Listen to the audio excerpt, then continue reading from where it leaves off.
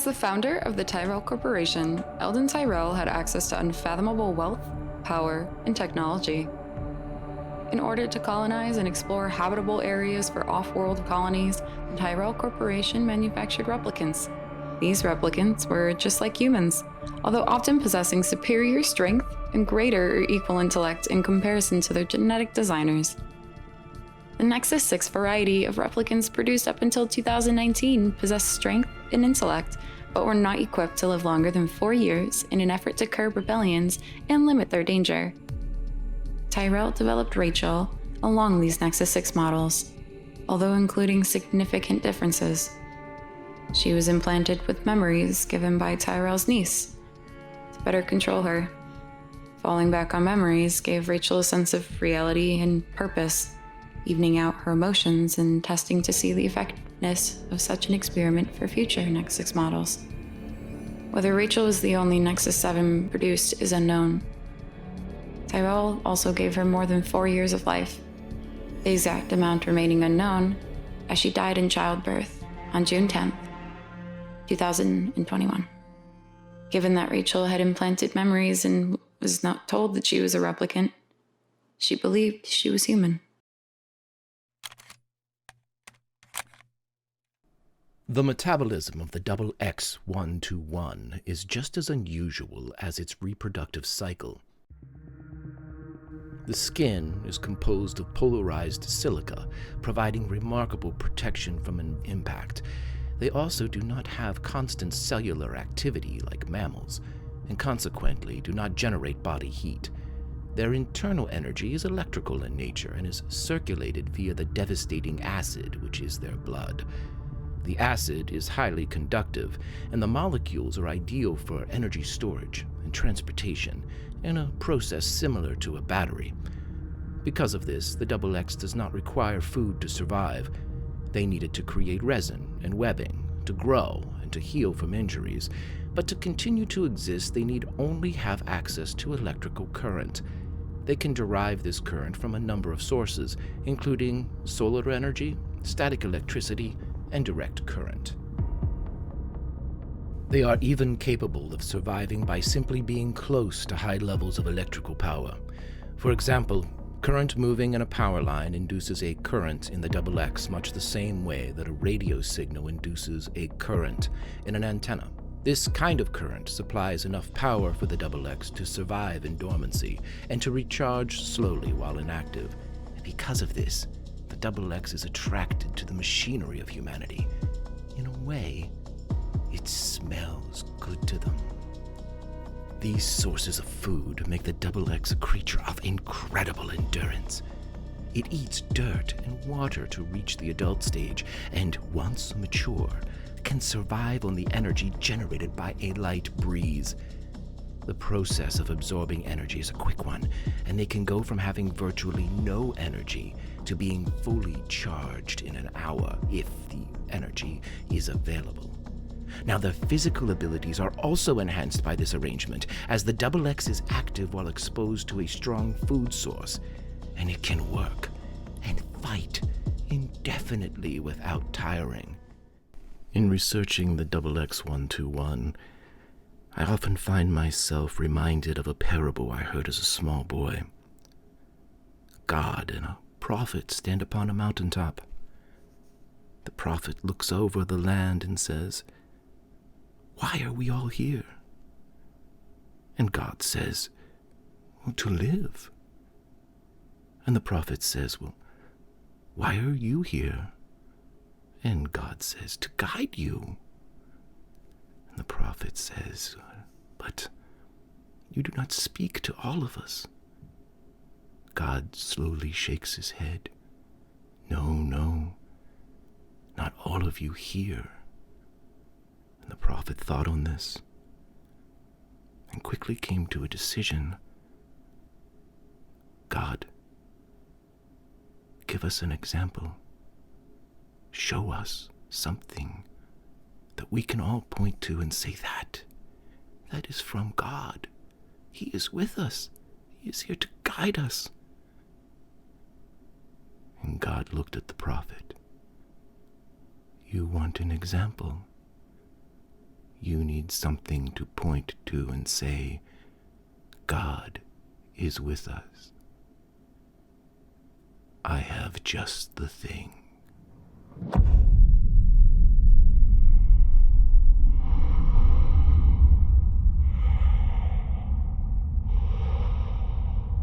you know that I can hear you?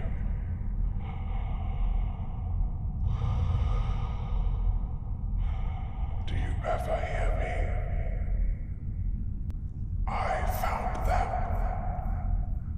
It took me 100 years, but they yet live, waiting, here with me. Now I look through the eyes of the progenitors.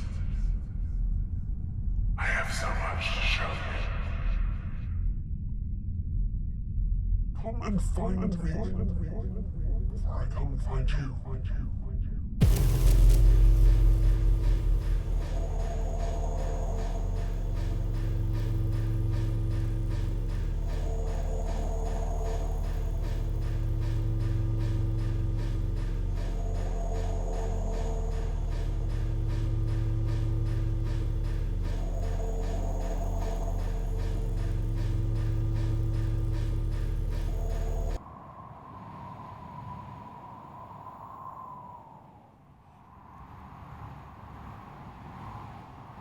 I have so much to show you. I have so much to show you.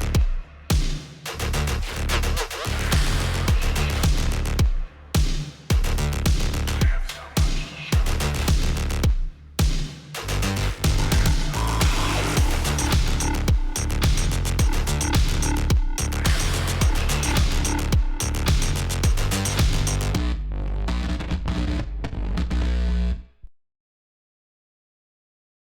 Hello and welcome everyone to this month's episode of Aliens, Shoulder of Orion. We are here, we are very excited. We have been off for 2 months because schedules are hard. And, you know, the summertime does not make schedules any easier in people's jobs and stuff, but we are here and we are ready to play. So, we are going to go around and we are going to say who we are and who we're playing. And maybe just like a fun fact about your character, because it's been a while, you know, maybe their occupation or whatever. I'll start with myself, because I'm already talking. I am Lindy, and I will be playing Captain, former medic, still kind of the medic, but also the captain now, Captain McKeelson. Definitely legit, definitely did not fake all their credentials to get into the United States Colonial Marines. Ooh, that's stressful. Yeah, but everything's great with them. They're not very worried about their radioactive girlfriend or anything, so I'm gonna throw this, you know, intro on down to deception check. How are you? Oh, hi. Yeah, I'm doing great. I was looking for something and turned away for a second, but thank you. Yeah, I'm deception check. I'm playing Hank Granger. Hank Granger is a specialist, a corporate man with Weyland-Yutani, assigned originally to investigate this ragtag band of malcontents, but is now stuck with them and is under the direct command of McKeelson, who was promoted to captain over him, and he still does not hold a grudge about that at all. No, not at all. Special thing about my character is that Granger is an old school, one of the last Blade Runners. His job is to retire overdue and aggressive synthetics. Synthetics like Nexus 7s, who happen to be about 150 to 200 years past their expiration date. But we'll see what goes. I don't know. We'll find out what happens. Thanks. I'm looking forward to all of it. Wonderful. Absolutely fantastic. Thank you so much. And we'll scoot on over to Shiny Pilot 06. How are you doing? Good. Yeah, Shiny Pilot 26 here to play Lance Corporal Blaze, career Marine. Not a very good one, but sometimes he is. Sometimes he isn't. Yeah, I'm ready to play. Let's just get this rolling. Let's rock. All right. Tell me something fun about Blaze. Oh, something fun about Blaze. He's a smart gunner. Fact. He likes to shoot things with his smart gun. So yeah, that's a fun thing about Blaze. All right. Fantastic. Thank you. And we're going to skip over our lovely guest and, end with them because they're fancy, because they're guesting, and scoot on over to Nugatosaurus. How are you this evening? I'm doing great. I kicked my husband out of the house tonight so I could play this game uninterrupted. So it's great. I'm very excited. I'm just kidding. He's at our friend's house playing Ace Attorney. I didn't kick him out, I promise. Hi, I was at your wedding. I don't know if I believe you. No, I'm kidding. Hey now. I'm Nugatosaurus. I'm playing Violet, the synthetic human. She is over 150 years old, and something about her is she prefers like really comfy sneakers to the regulated like combat boots that we have to wear on the ships. Mm-hmm. So she has some really nice kicks that she's wearing as opposed to regulation. Oh, nice. I love it. You got some pumped up kicks. And someone else who I like and I think they're pretty cool would be D20 Coup de Grace. How are you, sir? Yes, that is me. I'll be playing Corporal Red Brewer tonight, and he's liking being in hypersleep, and let's see, he could ballet in an autoload. I did not know that, and I love that fact about them. And of course, we will round off our introductions before throwing it over to our game master for tonight with our lovely guest, Ray with a Brick. How are you? Doing well. It's so good to be back. It's so good to be guesting. So thanks y'all for having me again. I'm going to be playing Plan R, the replicant clone of Violet, who we just met face to face last episode and got to talk. So I'm really excited to see what we get into this week. But I'm stoked to be back. Fantastic. Thank you very much. We are happy to have you back, but no one here might possibly not be as happy as our wonderful game master this evening. Travis, how are you? Good. I'm stoked. I'm ready to be here. It's bedtime. I'm sure you can hear in the background. That's the aliens. It's feeding time. Cool thing about my character is that it kills everything. And what it doesn't kill, it lays its eggs in its chest. And that gets up and kills. And so it's fun. It's just something I like about it. It's different. I like to meet different kinds of people. I'm funny that way, So back to you. We're gonna play this game after a brief. This is gonna be like previously on X-Men, except it's not X-Men. It's or Batman. Alien Shoulder of Orion. Yes. Or Batman or a lot of shows. Or Law and Order, but it's not any of those shows. It's Alien Shoulder of Orion, and let's roll the clip. All right. Previously on Aliens. The lights turn from a cool yellowish to a hard purple, and there's a release of gas out of the wall. The door trembles and then releases a big fat hiss and odor that, since you're a replicant, you're aware of but are not disgusted by, of just like plastic, just like old plastic, fills the room, and the door opens. And Lindy, could we reveal our mystery guest, please? And at first, she is blissfully asleep. And then her eyelids begin to flutter open.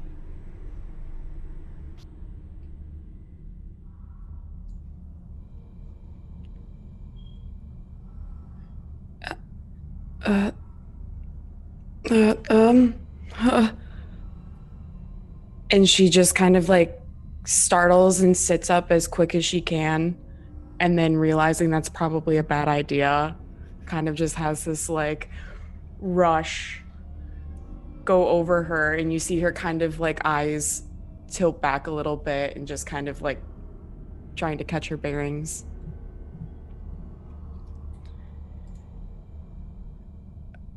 Hello? Hi. I'm Violet.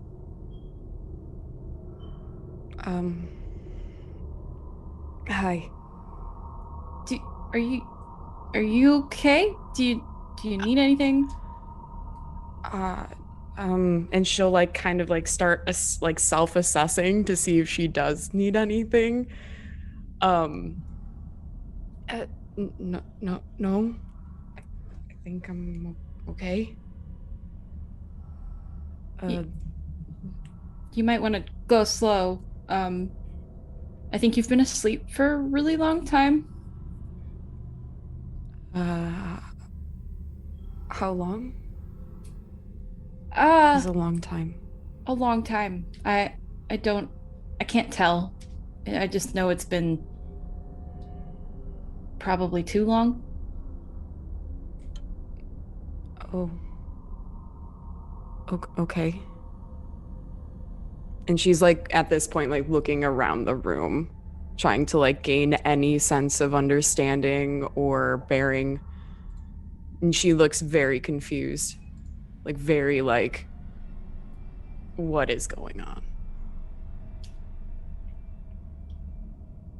You're in a super nice executive suite, and you hear the low hum of engines. And it's dim, it's dark in there. And this face that you're looking at, this person who identifies themselves as Violet, you recognize this face. This face is familiar to you.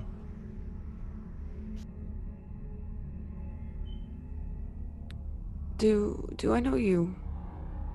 Have we met before? That's a really good question.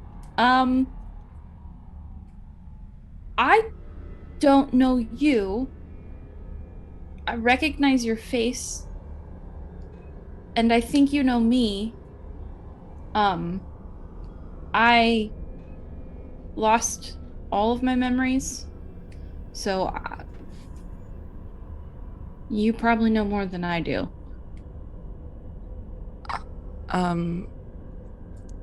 I don't remember much.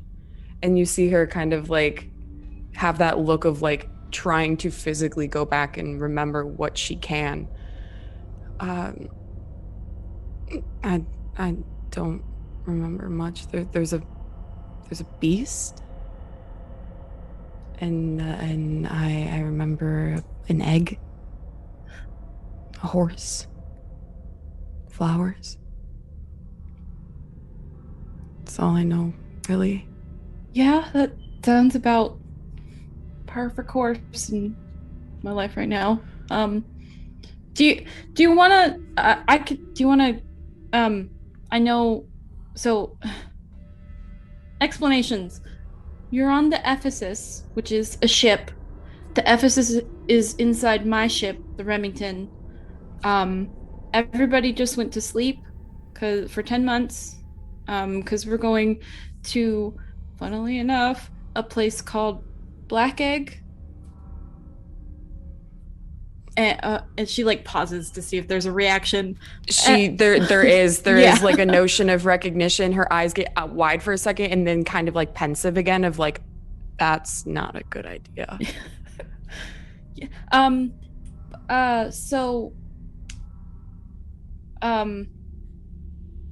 Are you hungry? Yeah, and you see her kind of like grab at her stomach and just kind of like, there's just a sense of like, there's so much overwhelming information, but yeah, I am hungry. So she's like, yeah.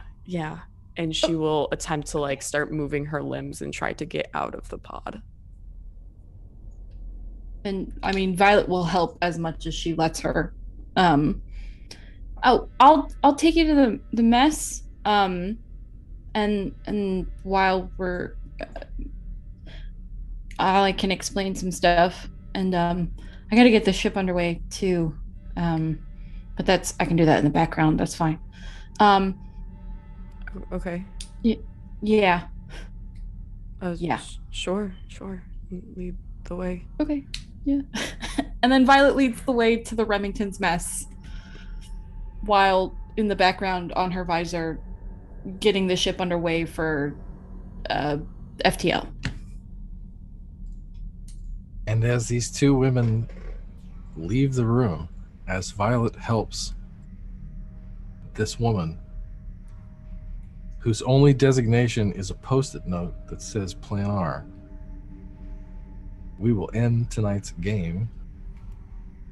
And I just wanted, the camera just stays in Schillingford's office while we roll credits. And we're back. Welcome back, everyone. That was our previously on Aliens. And I'll throw it back over to Travis. There you go. Have fun.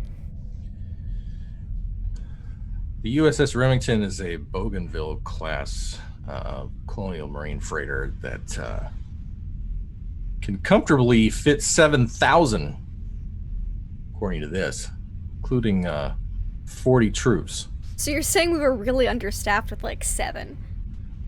There's about 50 some odd people on the ship right now. And it's actually just the Ephesus is inside the Remington as well. But we're getting ahead of ourselves. The point is, you got to have that shot of the Remington, which looks like, just like any good spaceship, it's either a giant electric shaver or a giant gun. Let's just be honest. All the good ones look like giant shavers or guns, and this one is certainly no exception. Slowly, glacially moving. Except, that's if the camera is coming with us. This thing is actually moving at faster than light speed. It is tearing through space right now on its way to the pit, which I believe is LV-323, if I remember correctly. And as the camera goes inside, see the hangar with the Ephesus inside it. We go into the Ephesus briefly, and we see the executive suite. We see Violet and this woman leave the room, and the camera sweeps the room slowly. We see a putter leaning up against the wall with a monogrammed handle that say TS. We see an extensive vintage Zippo lighter collection on a very precious and carefully placed display.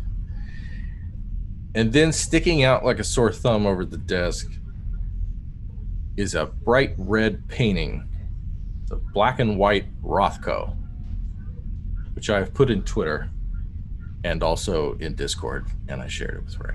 And you can just Google red and black Rothkos. Except there's something wrong with it. But we cut into the hallway as Violet and this woman walk towards the mess hall.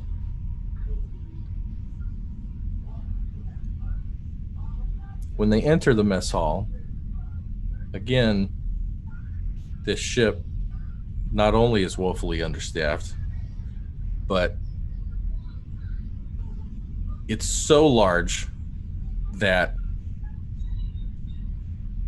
the hum of the ship running at FTL is almost uncomfortably quiet.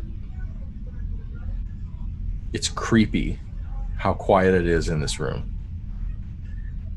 You can hear your trainers, your awesome sneakers, squeaking on the polished floor.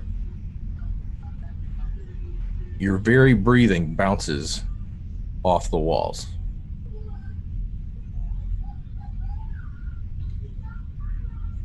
Action. I think as we're walking, because it's so quiet and Violet's kind of uncomfortable with it, she's just gonna I don't think she does it out loud, so just through her visor she's just gonna start playing some like real soft background music, like chiller elevator music kind of Yes. thing. I was So just imagine, hoping you were like, gonna say dead elevator silent. music. Yeah, it's like smooth jazz elevator music. Yeah, Love yeah. it, Just so yes. it's not dead silent. And she'll lead the way to the mess, and she keeps glancing over her shoulder at this strange woman who has her face, and so do you have a name?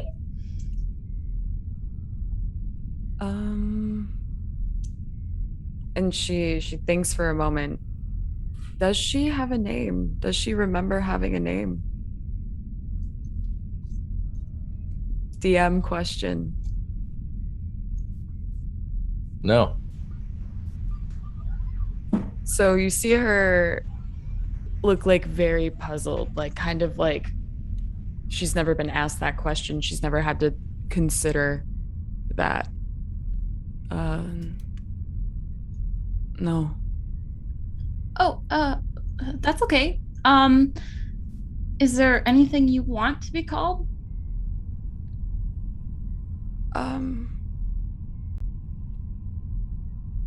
And do you still have that post-it note on you? What did you do with it? I think it's still on, like, she didn't remove it from the glass on the pod thing. You can just call me R for R. now. Okay, that's good. I like it. Easy to remember. You see her kind of like assuredly like nodding to herself, like, yes, yes, I am. Do you know what you want to eat? I can make basically anything. I make the crew Italian food on, well, it's spaghetti. It's not Italian. I mean, it's Italian food, but I make them spaghetti on spaghetti nights, and I'm really good at that. And I could just, I mean, if you just want like something light, I could do like I can do anything you want. That sounds nice. Yes. Okay, spaghetti it is. All right. Okay. And like once they get to the mess, she'll start making spaghetti. She's like, yeah, and like through the process, like she's just observing you, and she's trying to like, you see her in the corner of your eye in one moment almost try to like mimic your movement, just to like see, like she's trying to put pieces together of something she absolutely has no understanding of. So she's like wondering if like doing things like you will trigger something. Right. She's just trying to like and like anytime if you look over at her, she'll like try to like look like she knows what is going on, but like has no idea. I love it. So I think like as she gets towards the end and she's got 2 plates out for them, and of course she made garlic bread because you can't have spaghetti without garlic bread. So here you go, that's for you. So like I don't want to like bombard you with stuff, but you did kind of react when I said that we're going to Black Egg. Do you know anything about that? And so like as soon as you slide her the spaghetti, she starts like digging in.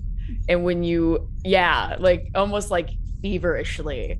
And Nice. when you start to ask the question, it gets slower and slower until she just kind of like puts the fork down and like finishes for a moment, and you see her just like wipe her mouth on her sleeve, and she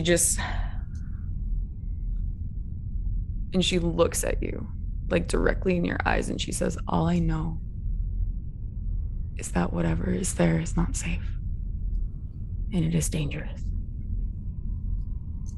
I don't know, but when you say that, I just know. That's fair. Seems like everything I'm dealing with lately is dangerous, so it's nothing new. Okay. Do you remember anything Like, I know you were having some trouble in the pod before.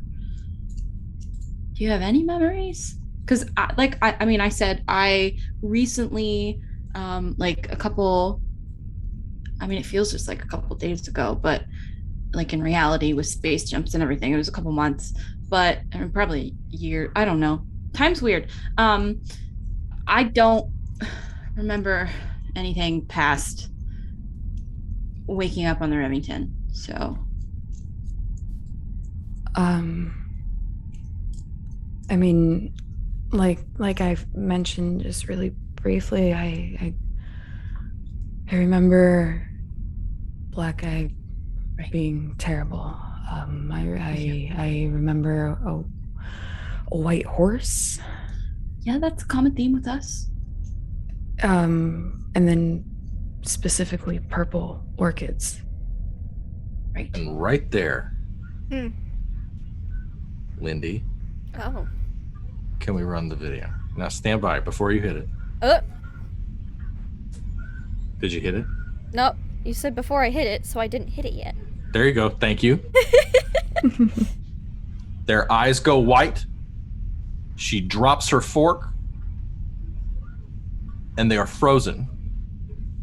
And if you were to stand there, if you were in that room with them, for the next hour, they sat motionless, staring at each other with opaque eyes.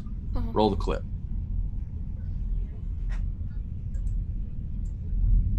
Private log start Delta 9.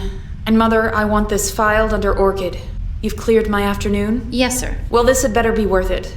Do we have the room? Yes, sir. All right, let's see what you've got. Pull up G12. Yes, sir. Analysis of the data provided by Dr. Jeffries and Dr. Iris from Project Caduceus brought back many previously unexamined notions of C66. After collating, I've identified 13 viable candidates for the placement of the radiation mapping array structure installed inside the Black Egg. These sites are all within the broadcast and rebroadcast margins, and more importantly, all have been turned down for atmosphere processing in the last 2 intracycles and are on the YU blacklist. What about proximity to Zone 4? All 13 candidates have roughly equal distance to the signature zone designated number 4. Candidates 4, 9, and 13 are closest, but there are issues with terrain and weather to consider. I know you have one in mind, so just say it. I believe LV-213 is worth close examination. Probe data indicates breathable atmosphere. It's all mountain ranges with a thick fog concealing steep cliffs. It's dangerous, inhospitable, and the last place anyone would want to terraform. Selling it to the board will be tricky for multiple reasons. Supply cycle, communication windows. However, it would be entirely concealed, and research could go on in secrecy. It could be pitched as the most discreet, if not necessarily the safest option. All right, let's work it up. Terry and his team will be in next week, and we're all on this for now. We'll give them the facility they want, the secrecy they want, and the staff they want. And while they make their precious death machine, you and I will find the progenitors ourselves. Well done, Violet. Thank you, sir.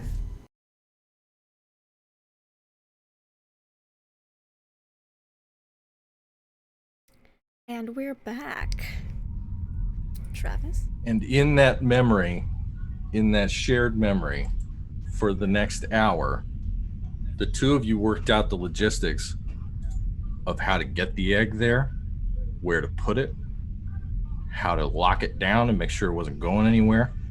There are seismic issues to contend with on this planet.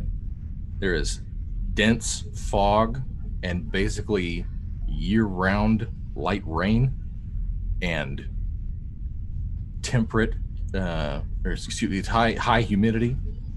Not temperate. So I'm not a poor weather. I'm a poor weatherman, ladies and gentlemen. And be like Washington State if it was in Louisiana. Like it's beautiful, rugged Washington State if it was constantly under a hurricane watch and covered in Silent Hill fog. And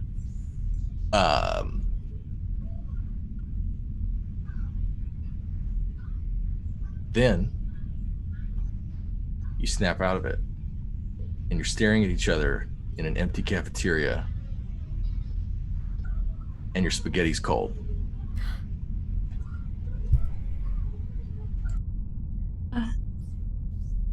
Did you? Yeah, okay. Yeah. That always seems to happen whenever we meet up with each other. I don't understand. Okay. Well,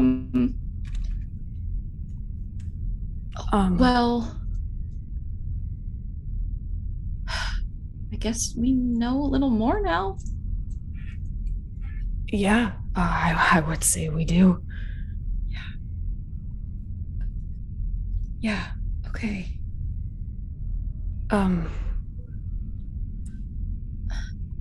I something I remember from the memory, the progenitors. I remember that I know that they're dying. Oh? They need help. I've seen them in my dreams. I know what they look like. And I don't know what they're saying, but they talk to me in some language I don't understand. Okay. They and she looks at you dead in your eyes again. And she goes, "The secret to everything is on their planet. Everything. All life. It's there." That's big.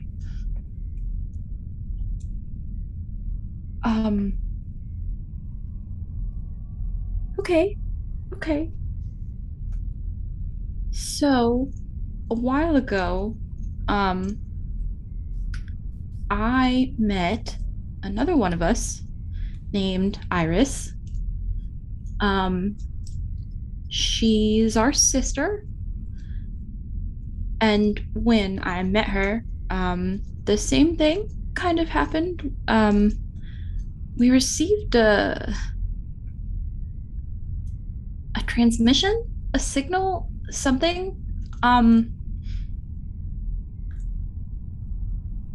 think I might know where they are. Or at least a clue on where to find them. It's a start. I'm like I said, I remember them, but not where. Not where. Okay. And you said they talk to you in a language you don't understand? Yeah. Okay. I don't know if they were trying to tell me something or just speaking in general, but right. I heard it. Okay. DM. Does Violet know if she had, I'm assuming she would know if she has the capability to translate languages? Of course you have the ability to take a shot at translating languages. Okay. There's like there's a thing. Let's explore that as the camera starts to back up. The two of you continue to talk. It gets harder and harder to hear you. As we back down the hallway, turn 180 degrees, travel all the way down to the pods. Now, one thing I want to really quick hash out here, because I did watch last show, but you're going to have to remind me. If I remember correctly, Granger is asleep on the Ephesus in like the executive pods with Terry, Shillingford, and the Lynn triplets, who are the medics on the ship. And I think that's it. And Lowe. I think so, yes. Who is lieutenant and should be with the grunts, but like Gorman before him, is somehow sort of maybe feels that he's above the rank and file on some level, even though the pipe projects that he thinks of himself as a man of the people. And of course, I like Sergeant Major psychoanalyzing Burkhalter. this NPC that we just met, who's apparently played by Rob Schneider. The point is that we're not going to the Ephesus first. I was doing a camera move. It's gonna go down the fucking hall. It's creepy, everybody. Did I mention how very silent it is? It's very silent. So loud it's deafening. And we see these faces, these babies, and their little white underthings, sleeping so peacefully and dreaming their dreams. And we turn and rest on the face of Brewer. Will you just describe him physically, just really quick? Brewer's a very large man. He's 6'4" and about 300 pounds of muscle.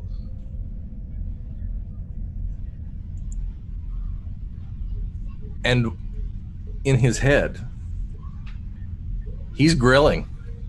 He's in the backyard. He's in his shorts. He's in the kind of the, got the button up, the dad button up going, the Tony Soprano button up action, top one going. It's not really my style, but the button thing is. And you got some sausage going and some burgers, and the family is here today. All right, I'll turn the music down here for a second. The family's out. Everybody's talking. Kids are running around. Kids are underfoot. The dogs are barking. Somebody's got the REO Speedwagon. Take it on the run, and just having a blast today out here in God's sunshine. And people are waving at you. You look like $1 million. You look good. You look healthy. And your brother comes up to you. He's like, "You look good today. Look at you. You're in your element." Hey, bro. Hey. How are you doing today? What? I feel strange. Oh, I know. Hey, flip that one. Flip that one right there. I know. Do you know we're twins? We are? Yeah, and that's another one over there. And there's Reggie. He's another one. What's up? And then there's Bill. There's Bill, and they're all twins. And the rest of them are they're pulling up right now. They're getting out of the car. No, just set that there. And then just come on in. Did you bring your trunks? Anyway. Yeah. Slowly flips a burger.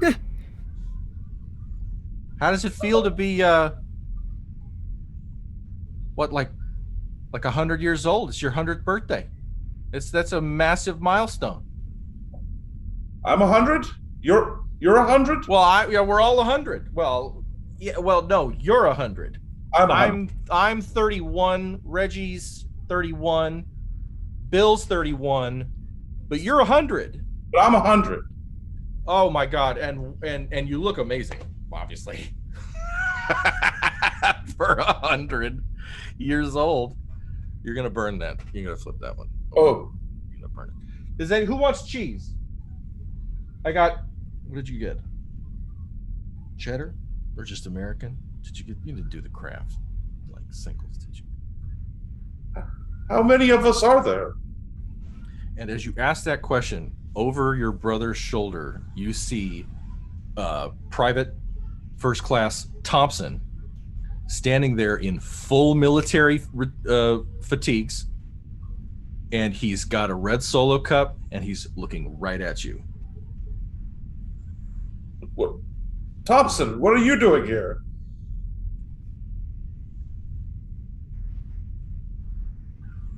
You invited me. Well, you invited my great uncle. And then he called my great aunt Tilly. It's complicated. Can I have no cheese on mine? I just want ketchup. Of course. He goes to makes one without cheese, definitely. And he walks over to you, and he kind of pulls on your shirt. Yes? Can I ask you a question? Of course. Thompson? Are we all gonna die? I don't think so. Oh, thank God. Okay. I think everything's going to be all right. Here. He just hands him a burger. And he eats his burger while making eye contact with you. And then we slam cut, and you're asleep in a tube. Excuse me. That's good. That's my Oscar clip, by the way. Let me submit that to the account. So then that and the severed head milk thing. You know, we've been playing this game for a year. Let's enjoy the show. The point is that the camera now turns and goes across the room and goes across a lot of tubes. 12, 15, 16. To Captain McKeelson. And she, how do you describe Captain McKeelson physically, and what's the look on her face as she's asleep in this tube? So, Captain McKeelson. You're muted, my darling. I'm muted on Zoom. Just on Zoom, not for OBS. Ding. But yes, so Captain McKeelson is about average height, like 5'5", 5'6", maybe a little on the tall side, depending on where you're from. Really, it depends. Very lean, slender, thin, face claim Tilda Swinton. So pretty androgynous in their hairstyle and clothing selections most of the time. Little gaunt in the face, like they might have a problem with alcohol or drugs or something. And some dark circles under the eyes, which you would think might be from just stress rather than lack of sleep. Red hair, cut short on the sides, a little longer on the top, swooped over. Pale, some freckles. That's McKeelson. And she's in a small apartment. It sucks. It's dirty dishes. Always. There's the cat box needs changing, and the wallpaper's peeling, and there's cars honking outside the window, and the air conditioner's broken. And you're making mac and cheese on the stove. And it's really depressing mac and cheese. Oh. It's not. Yeah. It's not the good stuff. It's It's like the off-brand. It's of the the powder. Off-brand. Yeah. Like the cheapest mac and cheese you can get. It's probably expired too. Yeah. Yeah. And there are 2 bowls set out next to the stove. And the TV's on. And somebody's watching cartoons. And Daffy Duck is dressed like a rabbit for some reason. Don't question it. Scoop the sad mac and cheese, which probably has some like little dry powder clumps still in it in certain spots. It's probably a little clumpy because, expired. Just start scooping it into the 2 bowls.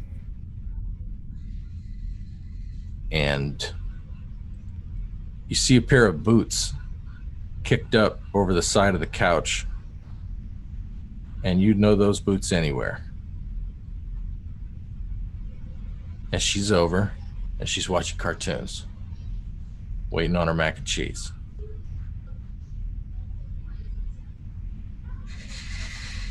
All right, dinner's ready. Walk over to the couch. Offer out this sad bowl of very sad mac and cheese. Bull's probably cracked. And she just keeps staring straight ahead, looking at the TV, and doesn't move, and doesn't reach out to pick up the bowl.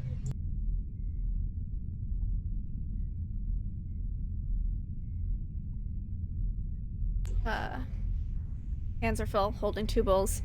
We'll set one down, like, it's probably not a coffee table, so just kind of like on the floor or on the arm of the couch. And then, like the hand wave, like mac and cheese. Trying to get the attention. She's not breathing. Oh, fuck. And then just mac and cheese, all the sad mac and cheese on the sad floor. And try to see why she's not breathing. And as the camera backs away from the couch and you do everything you can, we cut and you're asleep in a tube.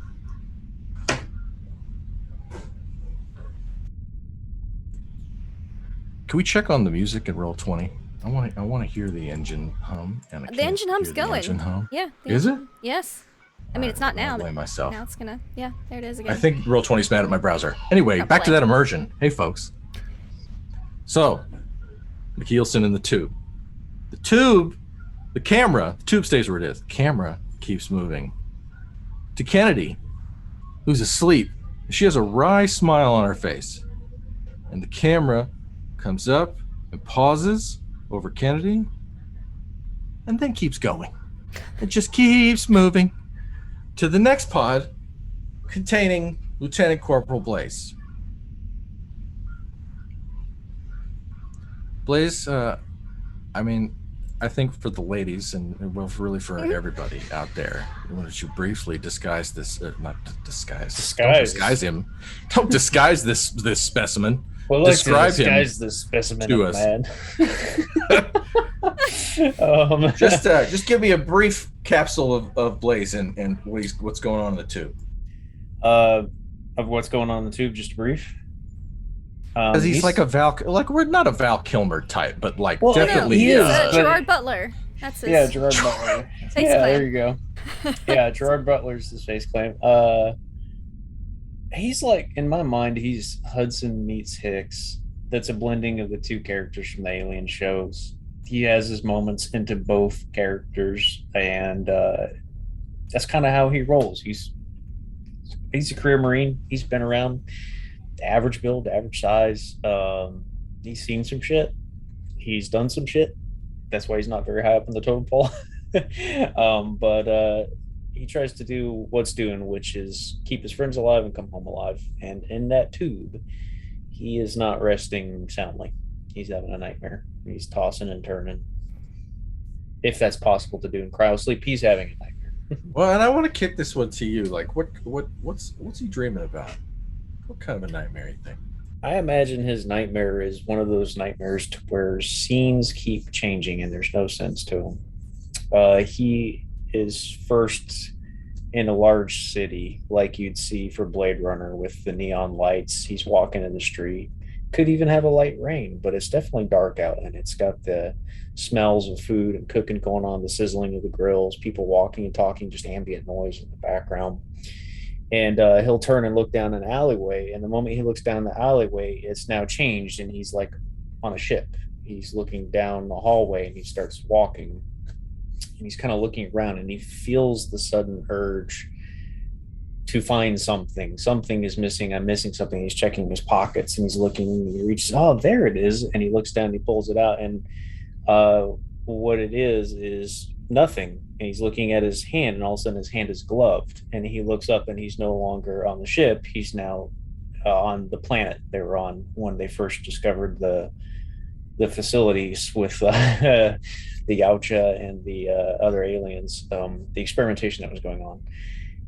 And they're moving into the building, and he wants to tell everybody to stop, but he can't tell them to stop because you're just being led along with this. And once they enter the facility, completely dark hallway, steps out very slowly, one of the classic aliens humanoid creatures, just very slowly, just leg and torso. Then you see that shiny head come forward with that horrible looking mouth with the teeth and the sweat and the spit coming out of it.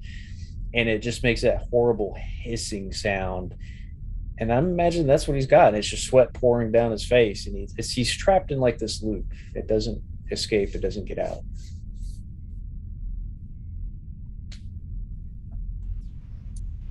And you see your own face reflected in its head. Ooh. And then we do a really cool cut where your face is reflected in the glass of the tube. That was great. I could see that. And yeah, and we get that theme of doubling. And this Well, the surrealist creepy- fantasy the is creepy- complete. I was gonna say, no. So then we fade down, and then we fade back up, and we're in the such a drastically different environment where we were in the familiar alien style cryo bay that is just the barracks for these guys to sleep for 10 months while they do the thing. We go to black to come up to the Ephesus, which has this it's like a spa, it's like this sort of yoga studio feeling, there's tapestries on the walls, and there's just kind of this feeling of money and questionable decision making. And in the tubes, Terry Shillingford is laying in monogrammed white under things with the TS on it, and I think there's like a little putter, like a little guy, and it's just the worst. And his socks are the same way. They say TS on his socks, and it's just ugh. And he's got a kind of a satisfied smile on his face, like he thinks he knows something. And we go past him.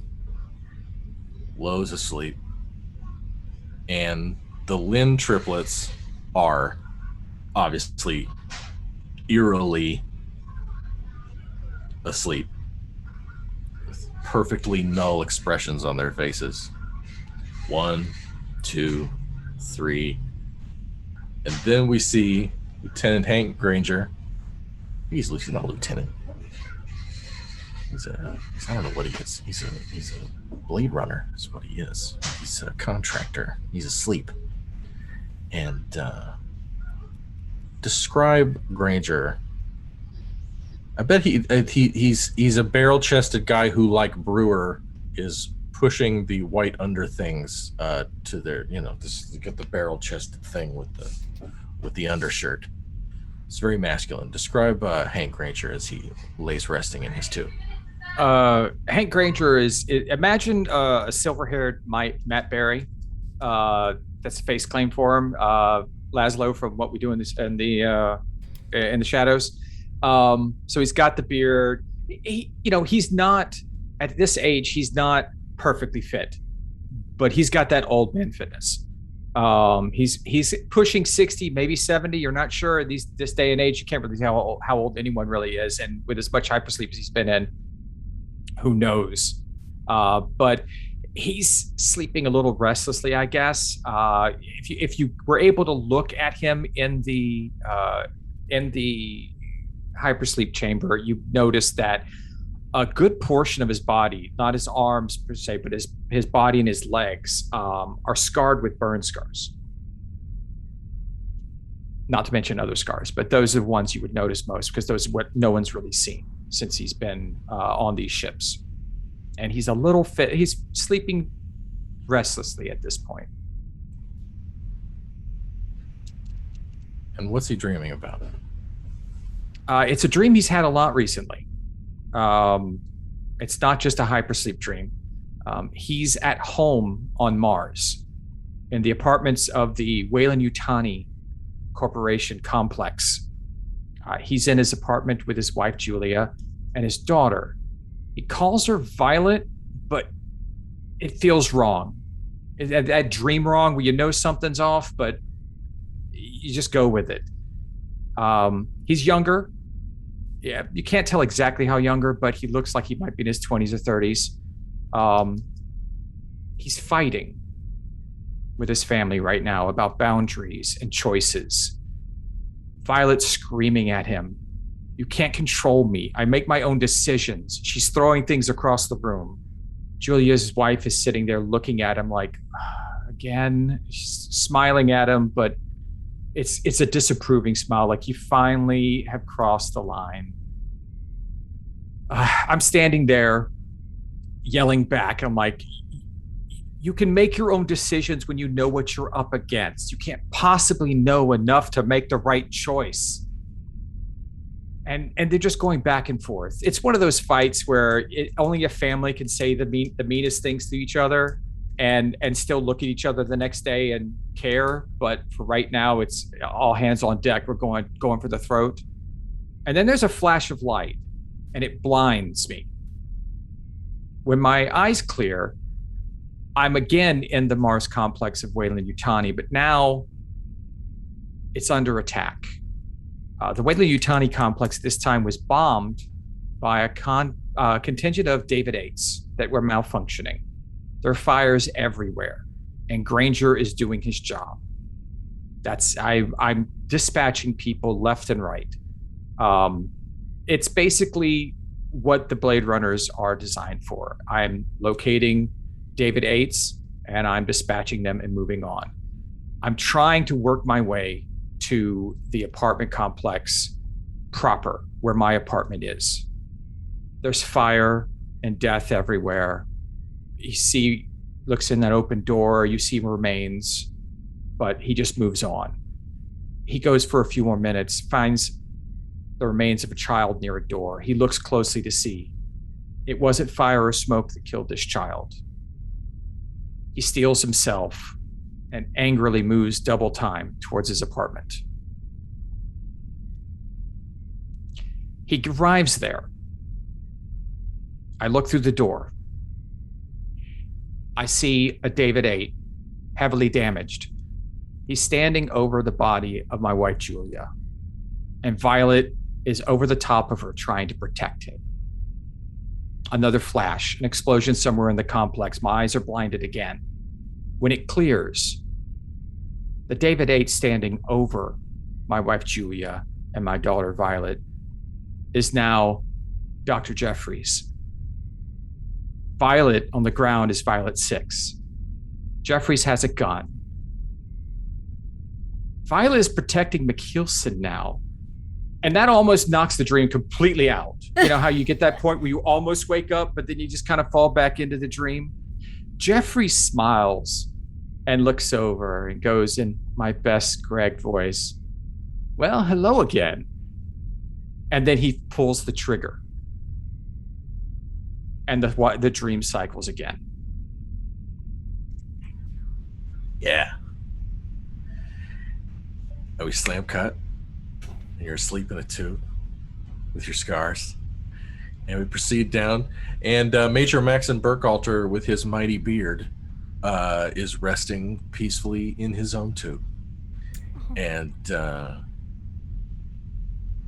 so I want to do a 6-month time jump. Dreaming of physicists and whiskey. I was dreaming of probably hanging out with his brother and them not arguing with each other is what I imagine that they're having a man's man trip to the lodge, go on something. And he struck me he has a great bit in the last show with you with McKeelson, and he comes across as this sort of guy who's really comfortable in his own skin and has his own philosophy and his own rules that he lives by. And I think that I don't think he's over there rolling around having big nightmares of monsters and personal loss. It's him and his brother drinking a 100-year-old scotch and shooting the shit. So for Violet and R, tell me about the next 6 months.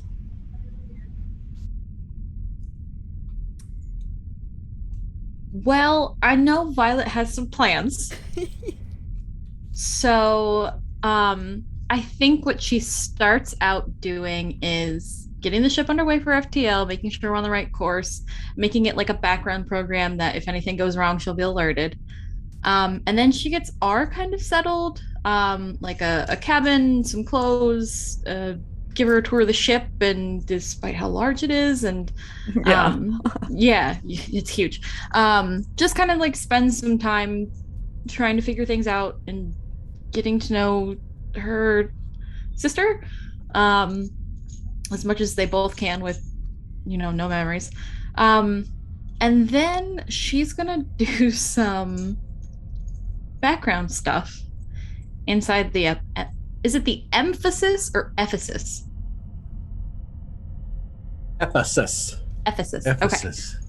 She wants to. I am already in their system, and I am pretty deeply ingrained in their system at this point, where they won't be able to detect me. Right. I know I'm in their computer system. Does that grant me access to their weapons system?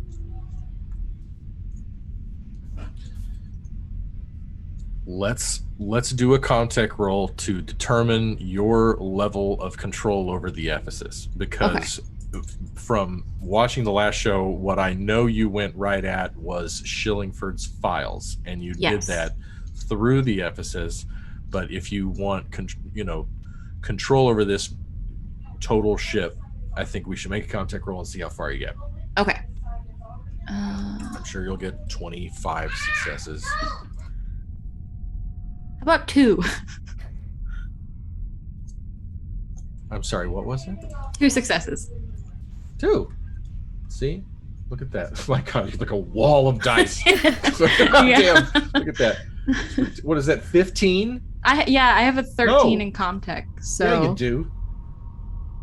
Good Lord. All right, that's great. So 2 successes, which means let's look at really quick at the stunts, because and I took a screen grab here. I actually have this in front of me because I knew you were going to do this. Here we go. I'm so prepared. Hold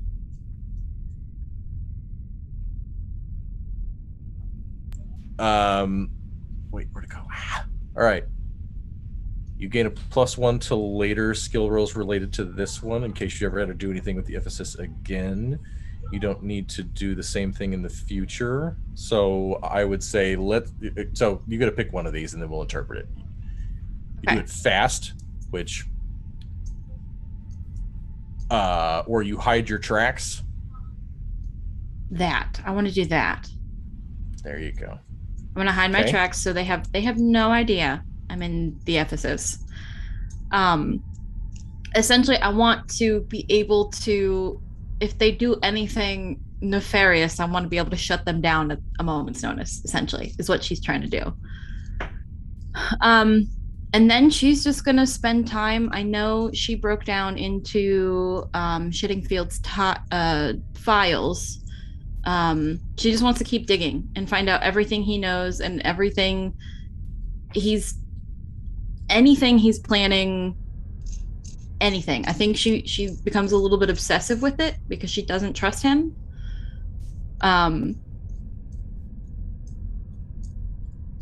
And then I think she plans on waking up the Remington crew, the original crew. She's going to wake them up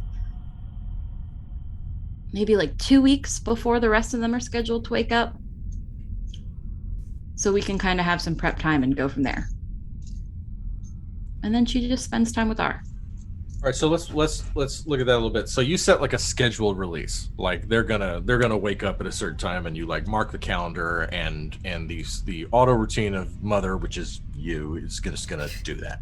Yeah. And you dig through Shillingford's stuff, and as we said in the last show, what you basically find is his many attempts to politely ask someone to tell him more about Rachel's background and her comings and goings, and dirt on him smuggling R through quarantine and buying her with cash. Right. And if I remember, I have a copy of that. I have my own personal copy. You do. And you basically have that on him at this point, that was in there. And that was protected from you, but you got in and you rolled for that, and we did that last show. Okay. So now you have this sleeper control over the Ephesus that it will go undetected. And if you don't want it to do something, we'll remember that you can put a stop to that and you do control it. Okay. So good times. So let's talk to R here. Over the course of these 6 months, what are you up to? I think she would almost be doing the same thing, trying to, in her own way, figure out what her purpose was, if she had one before, everything kind of happened. She would try to almost, I think, follow Violet in the same sense of like being on board with wanting to help. Because if I'm not mistaken, she knows how to use the ship, correct? Yes. Yeah, so she would definitely be helping in Violet's attempt to find more information, but also in the same sec, see if there is anything that she could find about potentially, she wants to know if there's any more information she can find about the progenitors at any point in time. So you ate your spaghetti, you moved around, you talked, weeks go by, play a little basketball, but it's not long before Violet's in the Ephesus. And she's working on the computer, and she's doing what she's doing. And Violet, do you attempt to conceal any of your activity from R? Not even remotely. Got it. So she's doing this, and R, you find yourself wandering back into that executive suite. And you find yourself kind of looking, and you see the Post-it note, and you see the putter, and you see the desk, and you see the painting. And you remember paying for that painting. And Okay. you remember that it was not easy to get an original Rothko off Mars, but you had to have it. Mhm. But was it you? Who was it? And then you look at it twice and you realize that it's upside down. You'll be damned if that painting's not upside down. Tough to tell with a Rothko, but it's upside down. Yeah, she immediately I imagine she's kind of in the room and she enters and first starts going kind of like clockwise or counterclockwise around the room. And then as soon as she gets to that painting, immediately looks at it and almost as if it was like a reflex, immediately puts it upright. And then looks at it, adjusts it slightly because it's cockeyed, and then continues to assess around the room. So you took it off the wall. Yeah, I took it off the wall and I want to flip it up. There's a wall safe behind it. Okay. And it's not very well disguised. It's a panel with a seam that clearly comes out on a hinge. I'm gonna try and open it. It comes right open to a padlocked wall safe. Not padlocked. There's a digital combination keypad, like a 10 key. Do any of the keys look more worn than others? That's a roll, baby. All right. Now you're talking about rolling stuff. All right. What do I gotta roll? I think this is my first time I get to roll. Yeah, I'm so excited.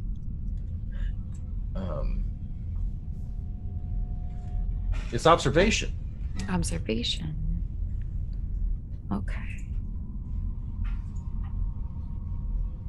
No successes. Can't quite tell.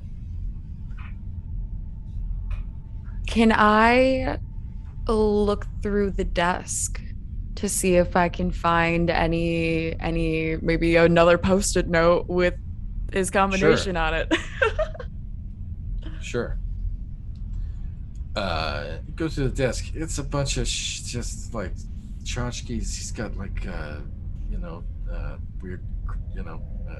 weird collectibles, challenge coins, weird crap, and you find a notepad, and it's like recipes, and you don't really find anything that jumps out at you. Is there any way that I would know that I could potentially try and hack it open? Yes. Then I would try that next. That would be like So- her last resort to try and hack it open. So you're going to have to go get a terminal, which Okay. is like the military gear that the Marines bring in to do it. And Violet, you notice as R leaves the Ephesus to go get something. And a few minutes later, she returns and goes back into the executive suite.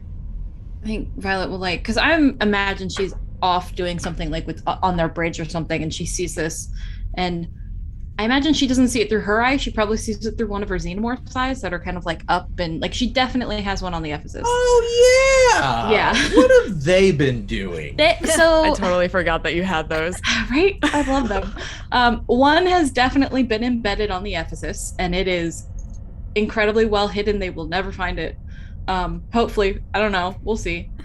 And then the other two, I think have just been, she's kind of let them free roam with, like non-violent parameters. I don't know. So they're just kind of exploring. But she'll see that and she'll kind of like follow R into the suite and just kind of like peek around the door frame and, you need help? What are you doing? So as you peek around the door frame, you see her with the terminal. The painting is off the wall, kind of propped up, and there's an open kind of like safe with a padlock, a number padlock that she's like currently in the process of like hooking up to try and hack through. And she just like looks back at you and she goes, I think I might get it, but you're welcome to stick around to see if I need help. Yeah, I'll just hang out. Okay. And she'll go back and try to hack this thing open. It's a contact roll. All right. 4 successes. Oh yeah. And you just pop it like like you blackjacked or you slim jimmed a car there, and or blackjacked it, whatever. Like break the window if you want to, and get that sucker right open. Inside is 3 pistols, and we could just kind of talk about what kind of pistols they are. At least one is an antique, but one is definitely like military issue sidearm, which and it's in its little sheath and the whole deal, and so it's ready to go. And there's boxes of ammo, and it's ready to go. There's $200,000 in cash. And this is cash, not Weyland-Yutani script, not any sort of Technicolor Like- toilet paper that they use. It's cash money. And it's in like a little leatherette dop kit type situation. And then he's got his personal go bag, right? It's got ID, it's got his birth certificate, it's got his company credentials, it's got 2 or 3 different forms of ID. I think he has a challenge coin from AA, and I think he has like the AA I think he's like held meetings, and you can see that in there. He's gone through recovery, and that's in his private materials. And then there is a black journal with, it's like a I don't have one with me, but it's like it's like a 6x8 black journal with the elastic, and it says R. Steelman on it.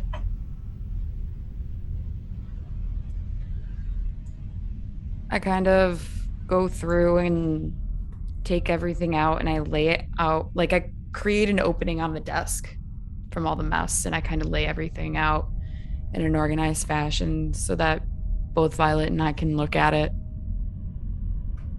I kind of point to it.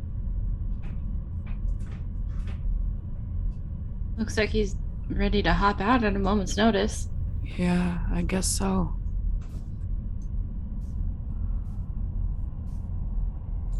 Oh, why do you think that is?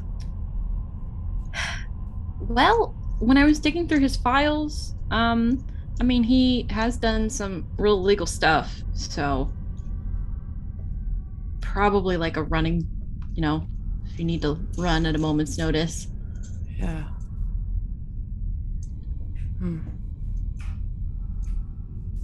Should we just put it back? Probably. But before we do that, we should probably read that journal, maybe. And she'll toss you the journal. Yes. She'll take it. She'll grab it. And I mean, we could always put it back and then change the combination so he can't like run with his stuff. Or what if we just hide it again and make him find it? That's a good one too. And then like as she says that, she'll flip open the book. It is a collection of clippings of printed hard copies of company records and sort of corporate periodicals, right? Wayland Yutani Monthly, they have a company magazine. There's various industry awards, and you see Rebecca Steelman, or you see yourself in full-on short skirt, long jacket, cut from granite, sharp as a knife, rock star motherfucker. You won this of the year, that of the year. You won a lifetime achievement thing before you went to before you started the Black Egg thing, and this is a career that spanned about 25 years. That's how much you accomplished, or was it you accomplished inside Wayland Yutani during your time there. And so it is a collection of as much of much of Rebecca Steelman's career accolades as he has been able to put together with his own annotations. And it tracks her career and rise through the company from the time she sold a tech company in, I've got to get this right, Blade Runner takes place in 2019. She would have been on the run by the mid 2020s. In like the Wayland Yutani is a thing by 2040. So she basically surfaces professionally in the 2050s, 60s, and then is functional for like 60 years, right? And then has to get off world because she's really old. And like people are talking about how are we having a retirement party? And either you see question marks, retirement party, question marks. And then he starts to make his own notes speculating about her age. And then he makes notes about 2/3 of the way through it of when he believes the cloning starts, because she effectively started moving proxies around the company. And it's not that she got sloppy, but there are people in the company who swear they saw her in 2 places at once. And certain people who could prove it, who weren't with the company much longer. And she did a damn good job of moving through the ranks up to a point until she couldn't anymore, and she had to make the next thing. And that was the Black Egg Project. And this was a way to sell the company on a incredible opportunity to work on their highest valuable biological experiments and experimental weaponry and all sorts of other black ops materials that are completely off the books. And it's surreal turning these pages and seeing yourself with this frozen smile at all these luncheons and all these dinners with all these strangers accepting these glass things that, where are they? They're not in this room. And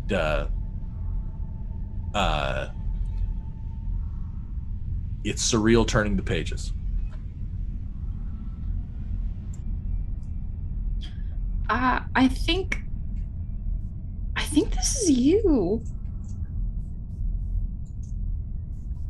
Like, look, and she'll like hand it over, and she like takes it really, like, not try to snatch it, but she like takes it with anticipation and just starts like looking through it, and then like looking around the room and like trying to put 2 and 2 together, and it's not adding up in her brain, and you can see that on her face, that she's just like,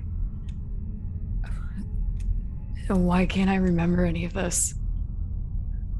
Well, it could be a couple things. I know I apparently had my memory wiped by another synthetic. That's what happened to me. But I mean, it could be maybe you had like an accident or something. As I go through these pages and kind of read and see these pictures, do any of these memories come back to me at all? No. She just kind of like looks at him for a minute and then like closes the journal and kind of like puts it on the table and like looks at everything. His birth certificates, his paperwork, the money, the guns, but that journal.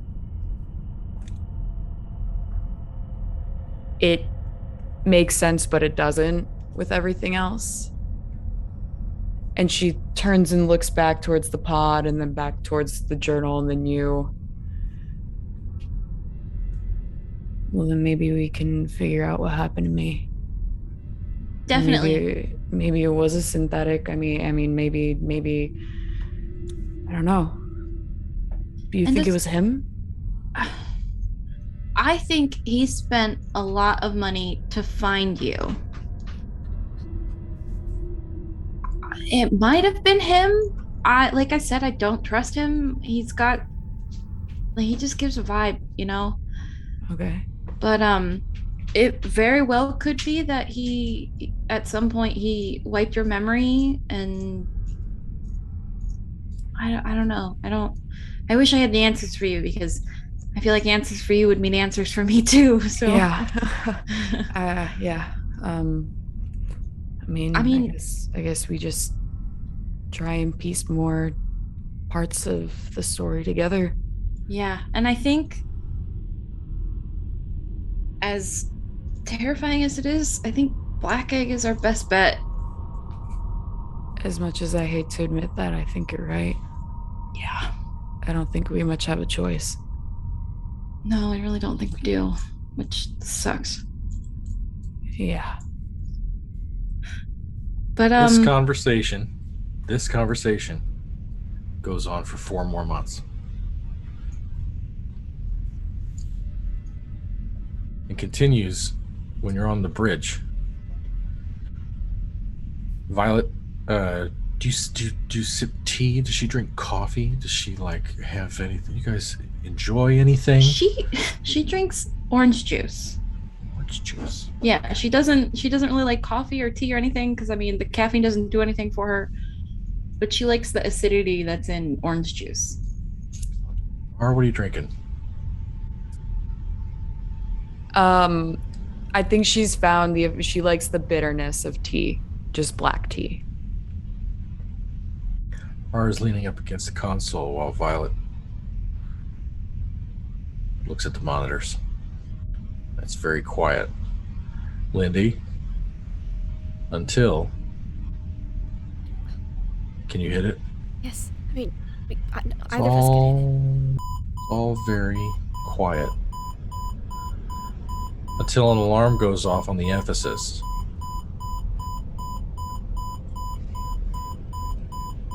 In medbay.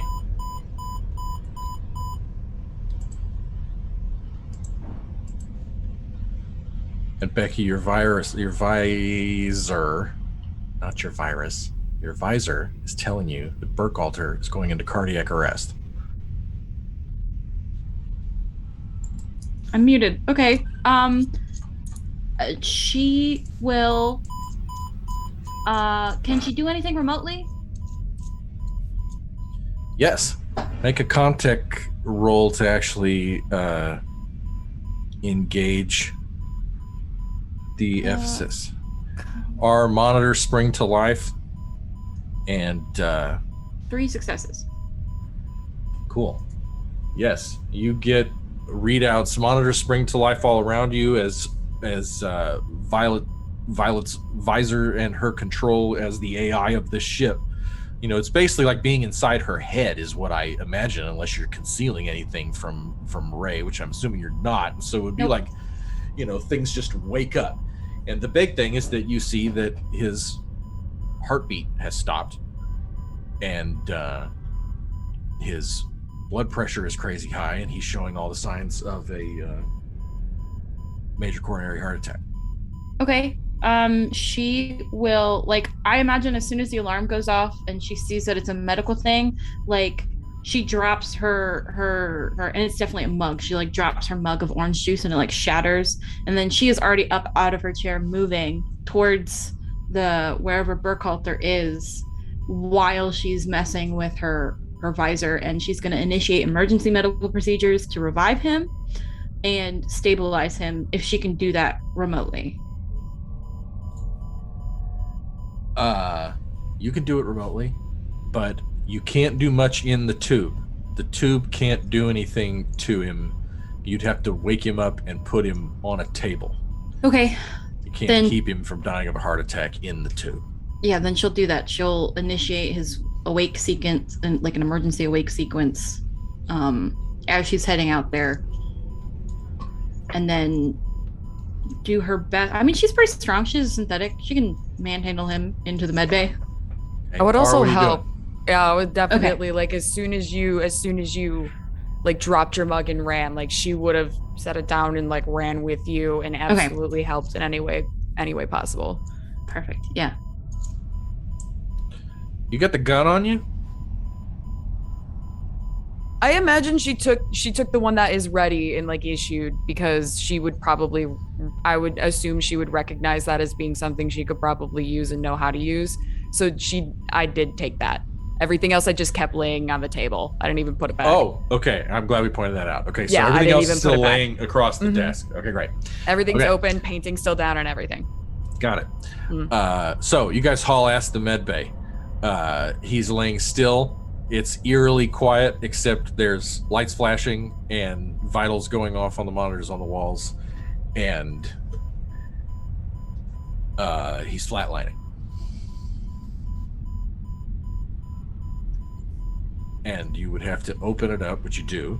Mm-hmm. And if you're going to work on him here, it's a medical aid roll. If you move him to the table, you get a +1 on your medical aid roll. I'll move him to the table. All right. Because so my medical aid's only a medical 2. aid roll. Does he have a character sheet? Burkhalter? I think so. No, we never made Burkhalter's sheet. Whoops. I think the difficulty. I'm giving you a modification of -1. Okay. It didn't roll anything? Hold on. Medical aid. -1. Right, I put that in the modifiers. -1. Yep. Submit. No successes. Okay. No successes. You can take a stress and push yourself if you want. You could push if you want. I would like to do that. Okay. Ray, you can help her. I will. Yes, I'm assisting. Which means she gets a +1. So we'll just say it kills the -1 mod, and you just roll normally. Okay. And I take a stress before I roll, right? You take a stress before you roll. Okay. 1 success. 1 success, which means, and I'm pretty sure I'm right about this in the old rule book here, which means you stabilize him. Mm-hmm. Okay. But for now, he is in a coma. Oh no. Okay. He's stable and alive and breathing again. Yes. Okay. But vegetable. Damn. Okay. I don't know what happened. This doesn't happen. This isn't a thing. This is exactly what happened in our first episode ever. I mean, I don't know. Do you think it?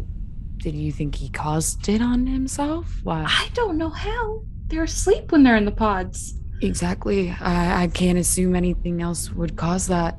Okay. Can I run back to the pod and inspect the pod? Yes. Yeah, I'm gonna take a beat for a second, and then you just see her kind of like bolt out the door and back in the direction of the pod. Okay. And I would like to assess it. Does it look damaged in any way? Is there anything out of line from what I would recognize? Nope. Okay. I'm going to run back into the room and just kind of be like, the pod doesn't look tampered with. Everything looks normal. Okay, let's see. What can I do? Okay, first things first. Mother, run diagnostics on Burkhalter's hyper sleep pod, please. And once you're done with that, give us the diagnostic, please, and then run a systems check on every active medical pod or hypersleep pod as well on the Ephesus and the Remington, please. Okay. That begins. You can make a contact roll if you like. Okay. 5 successes. No one has sabotaged the pods. Okay. Okay, well, Mother said it wasn't sabotaged, so that's good. Good. Does heart just give out? Do you know anything about, like, human anatomy? Does she know anything about human anatomy? I would assume not. I don't think she would.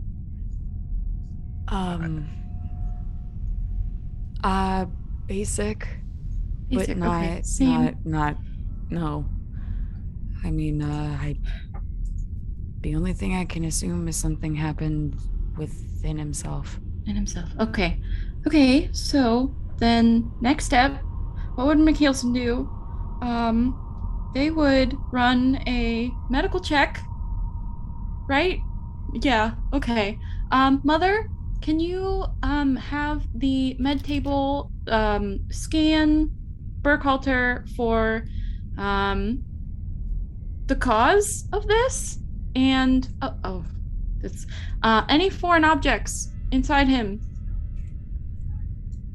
Gonna take some hours, which pass, and I think weeks pass unless you have other thoughts, and I'll tell you some things. He had a blockage and it passed, but something happened and he didn't get enough oxygen and he slipped into a coma and he could wake up at any time. And for now, he's resting comfortably, and you've got him, you were able to know enough to put him on a drip so that he won't starve to death, and you did an IV and the whole thing, and so McKeelson would probably be proud of you. And you did it all without waking her up, apparently. And so then 4 more months pass, and it's hours before 2 weeks till, and it's hours before everyone is scheduled to wake up. Anything else to do or be done before they wake up? I think Violet would ask what we want to do about Shillingford's. I think that's his name. Yes. I keep calling him Shittingfield. Same. Shillingford's office. Do we want to put everything back and change the code? Do we want to put everything back and leave it the same? Do we want to hide all of his stuff? I mean, it's apparently it's all about you with like the journal and everything. So I mean, it's your choice. I won't take that away from you. Oh, I want to put it back and change the code. Okay, we can do that. So what she does is she takes half the money and puts it back. She takes the other half and keeps it on the desk. She keeps his documents, the other guns, but she takes the journal. And we put it back. She changes the code to some arbitrary number that only she will remember. And she wants to leave a sticky note on the outside of it before what she does is put the painting back, but right side up. And on the sticky note, she wants to write, "I found it." And then put the painting back. I love it. I'm here for it. And then she's going to hide the money in the med bay. She's gonna hide it. McKeelson would be very happy to hear that. That's yeah, all I'm she gonna say. takes it. She's gonna find some sort of bag, some sort of duffel bag or something. But she's going to find a corner of a cabinet in the back of the med bay. There might be a false panel in one of the cabinets. Yeah, in the Remington's she- med bay. Yeah. Yeah, Violet she's would know about. definitely Weird. going to try and hide it in the med bay because she does not expect that is where people would look first. So then, next question. My crew is set to wake up in 3.25 hours. I would like to introduce them to you and explain the situation. It's up to you. I'm not going to take your choice away. However, I do think it's probably a good idea if we put you back in the hypersleep chamber before the Ephesus people wake up. But again, it's up to you. If you think that's best, I trust your judgment. My only concern is if it's something with the pod, it might wipe your memories of everything that happened. But I would 100% tell you everything that happened in these 10 months that we've been together. Okay. Can you give me maybe just 10 minutes? Of course, yeah. And is there any extra pages in the back of that notebook that she found, or is it full? No, there are extra pages. She's going to write as much as she can within the next 10 minutes about what happened over the last 10 months. So just in case, she also has a self account to verify what Violet is saying. And you'll have, anything that happens also in the next 2 weeks with my crew, you should probably also put in there. Okay. In case anything happens, because like I said, I want to introduce you to them because I like most of them. So. Okay. Yeah. Okay. All right. I'll leave you to it. I'll be on the Remington whenever. Yeah, she's gonna put that notebook in with the money in that space that she hid in the thing, and she will tell Violet where it is, just so that if she does not remember, Violet knows to grab that. Okay. And she'll go back in the pod. Okay, so who wakes up? Every crew member on the Remington initially, and then a day later, after she has time to talk to McKeelson and Blaze and Brewer, she will wake up Granger. Oh. And so you're also not going to wake up Heston, Kennedy, Thompson, Hennick, Lowe, Fisher, and then I got a whole bunch there, and then there's like 18 more that you're not going to wake up. Not initially. First things first, she needs to talk to, after everything that's happened in the past 10 months, she needs to talk to specifically McKeelson, and she also wants Blaze and Brewer's opinions as well. And R doesn't have to go back into the pod now if she doesn't want to, just whenever we wake up the Ephesus people. Okay, then yeah, she would stay out then. Yeah. Do they meet her? Violet would like her to meet everybody. You got okay. Yeah. So they wake up on the Remington Bay. Mm-hmm. So you guys would have to walk over. Mm-hmm. And by the time you get there, Brewer, Blaze, McKeelson, you've been here before. You feel like shit. Ugh. I think there's a table you got to roll on. Got them bad Possibly. headaches. I was also going to ask if you woke up Kennedy and Heston as well, or just... Not initially. Okay. she would discuss it with you guys afterwards, and then Yeah, because I also if she remember does- Kennedy was having some issues before Yeah. we all went to hypersleep, so... yeah, if we do decide to wake them up, she'll wake them up with Granger. Hey, Travis, Tomorrow. Yes. the hypersleep stuff's on page 151 Of which book? of the Aliens RPG core book. Okay. Yeah, the other book. You're all dehydrated. Woo! Well, Kilson's then used to that. I'm not Blaze- gonna lie. Blaze is going to have a headache, feel nauseous, and he's going to stumble to the head to take one heck of a piss. There's probably some moaning coming from the bathroom. As he's, this feels good. Right. Brewer's wake up ritual much goes the same as normal. First thing he says when he opens his eyes is shit. And then he pulls a picture out, a faded picture of his family that is completely white at this point. And he goes to light up a cigarette. And right before he lights it, he lets the flame sit there. And then he says, Thompson. Then he goes and gets some cornbread. Yeah, and Violet has like a whole meal, whatever like the standard post cryo meal is. She has it already prepared for y'all. But Kilson, as soon as they're out of her pod, she goes over to make sure that Kennedy's breathing. Just goes and just checks that real quick before She's breathing. meeting up with Violet. Oh, good. Good. Cool. I think though, if we were all waking up, going about our routines of getting dressed, out of our skivvies, getting ready to have some food, I think, well, if we're all sitting at the table at this point, Liz kind of look around and go, "Where's everybody else?" Yeah, that's weird. Wasn't the ship supposed to wake up at... Well, there's Violet. She probably wanted to just talk to us before waking every fucking one up. Oh boy. Alright. It's important.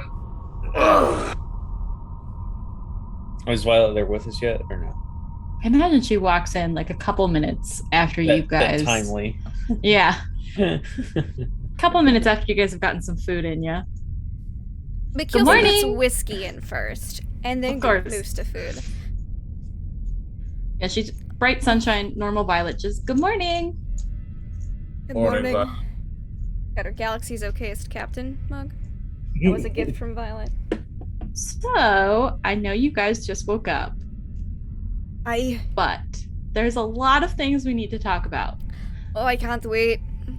The first of which is I have another sister, and her name is R. And Congratulations. she's right here.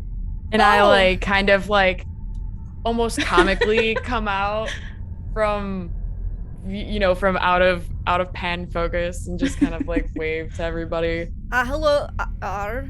And unlike Dr. Iris, she does not look identical to Violet. It's not. Okay. Oh, okay. Similar, but not identical. Hi. Hello. Good. Hi. How are you? Better now. Alright, well, she seems more or less congenial than your last sister, Violet. To be fair, Iris went through a lot of trauma, so I think you've I all mean, been she through was- a lot of trauma if the yeah, the two she of you was are trapped anything with to a go bunch by. of xenomorphs for like months. That she made. Anyway, that's beside the point. Beside the point. So she's she's a skin job. That's incredibly rude. I think I just I like look. I'm like, I just backhand elbow. plays. Excuse Like you. up this backside of the head, just Violet like gets you haven't seen Violet like angry. She like her face gets please. very dark for a moment and then she's like, I know you're grumpy after you wake up, but you that's incredibly rude and I would prefer if you didn't use that term again. Inappropriate, man. Thank you, Brewer. Thank you.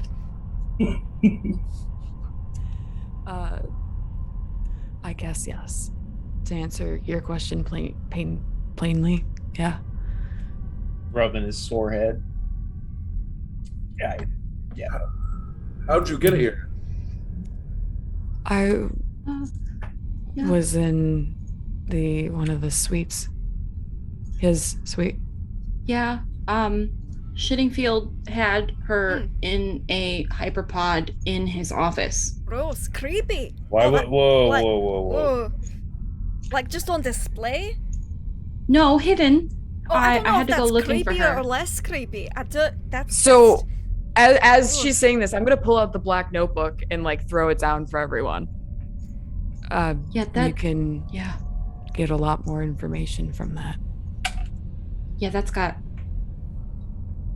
That cleared up some things, but not everything. So Not everything, Alright. but that's at least what I can piece together of where I came from and why he might have sought after me.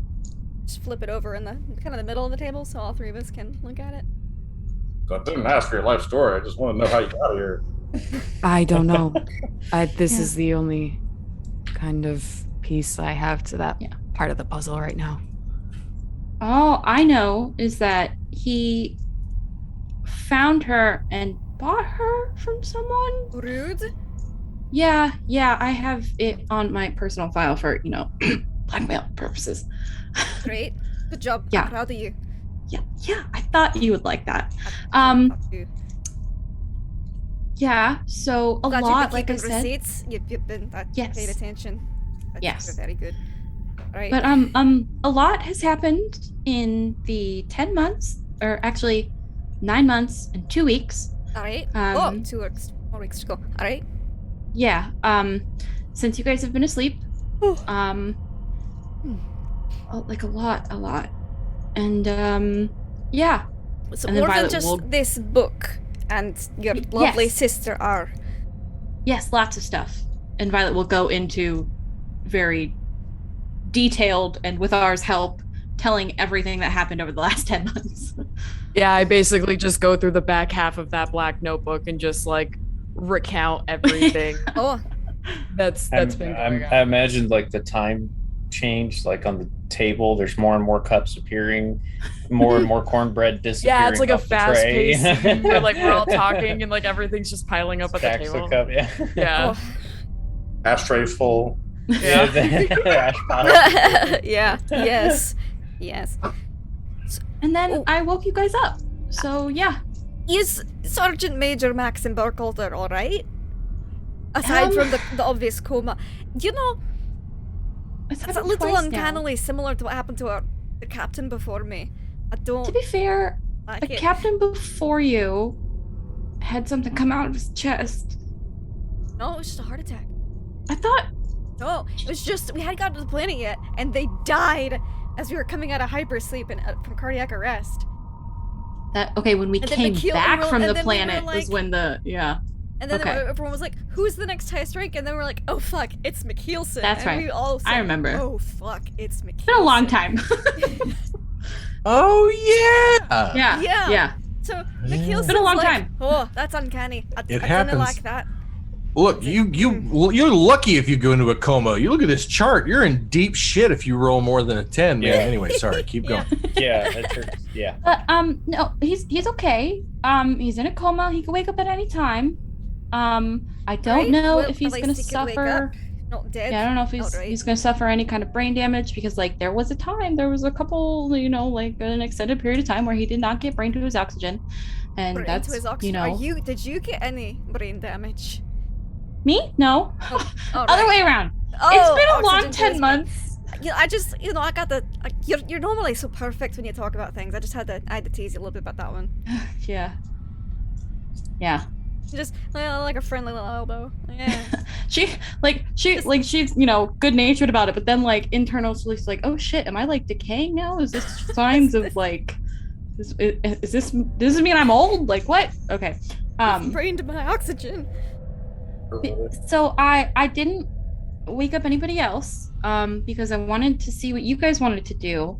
Granger's still asleep. I have him and the rest Oh. of our crew, our normal crew, not all these new people, scheduled to wake up tomorrow.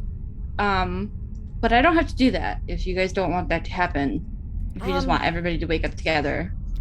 I'd like to examine Kennedy's medical status before we wake her from hypersleep. Oh, would you?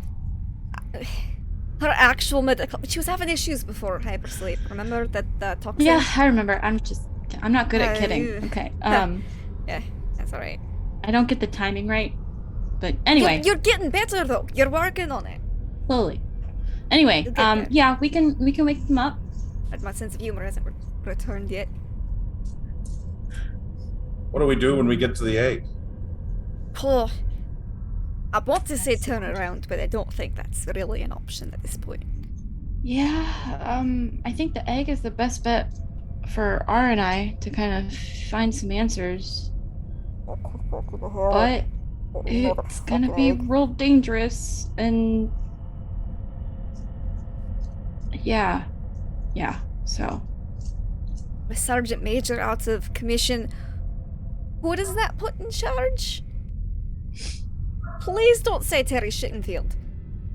No, he's a company man. I don't think he's in charge of Alright. any of the Marines. Thank God, because can't stand him. Are you sure he didn't have a heart attack as he was coming out of hypersleep? No? Alright. Oh, no, yeah. No, I wouldn't do that. Alright.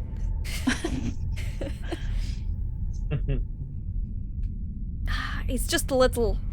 Ooh, I've got a bad feeling, a really bad feeling about Shittenford.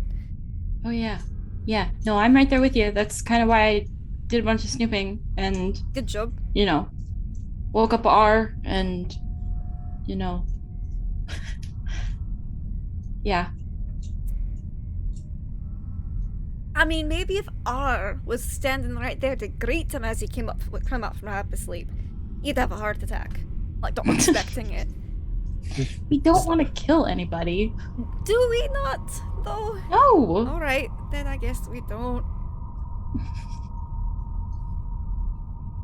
Well, maybe it's a good time for me to tell you that,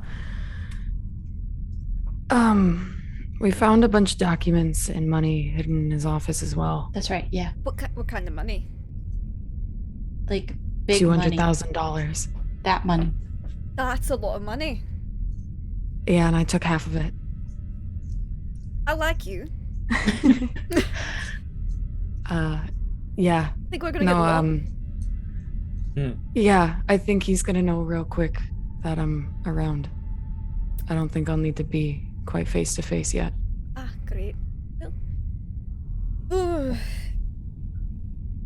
I wonder what that was planning on running off with. I don't know, but there were 3 guns, documents, $200,000 in this black notebook, in the safe in his office.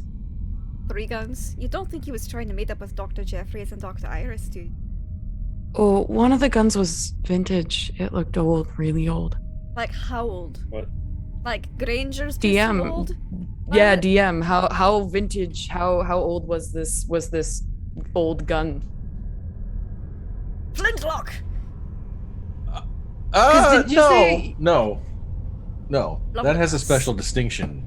Flintlock pistol has a special Okay. distinction in the Alien Predator universe. So he does not have a flintlock pistol. No, he'd have like a Dirty Harry Magnum. I think he just is very, like a big Smith and Wesson. Just a, like people who have tiny penises buy a big truck, to Like big themselves guns. feel great about their station. So similar reason to buy a 44 Magnum. Okay. At me.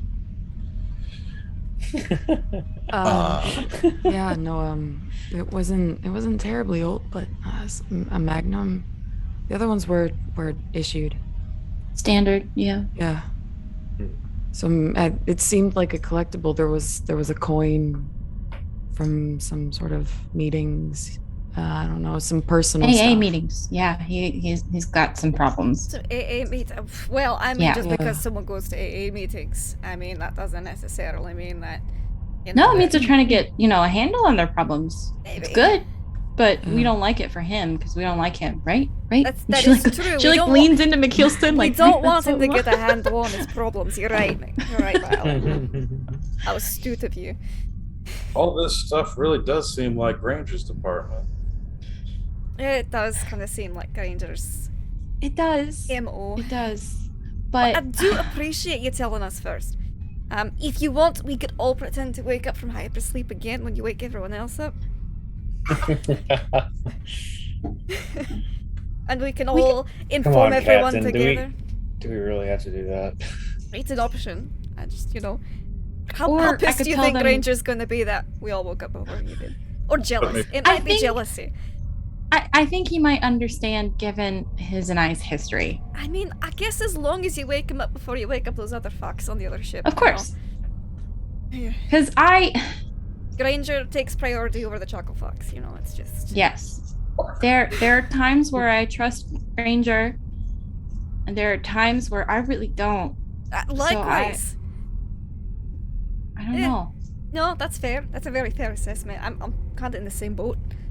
At least he's seen what we've seen and been through a lot of what we've been through. That is Yeah. what's a redeeming feature of Granger, I suppose. At least he gets it. He's done Or, nothing. I don't think I told you, but Granger's a Blade Runner. Yeah, you've told me. Yeah. He has Yeah. that demeanor about him. Yeah, he's a Blade Runner, so like he retires us. But thankfully, That I'm the one who explains a applied lot. for retirement and not you. So, you should be Not fine. That kind Not of that they gave me retirement. retirement, but More bitter like about it or the anything. Still. human equivalent of dead kind of I retirement. know. I'm sorry. I'm really bitter about the losing my paperwork. I know. I'm really mad for you. I was supposed to be drinking in a shitty dive bar on some backwater planet by now. At 2 weeks. Okay, you think we should wake him up? I should probably wake him up. Okay, should we tell him everything that R and I have told you guys? Probably. That way. Because there's some stuff I haven't told him, or you guys actually. Oh, really? Okay. Well, if you want to tell us all as a group, I suppose that's fine. About and I don't know.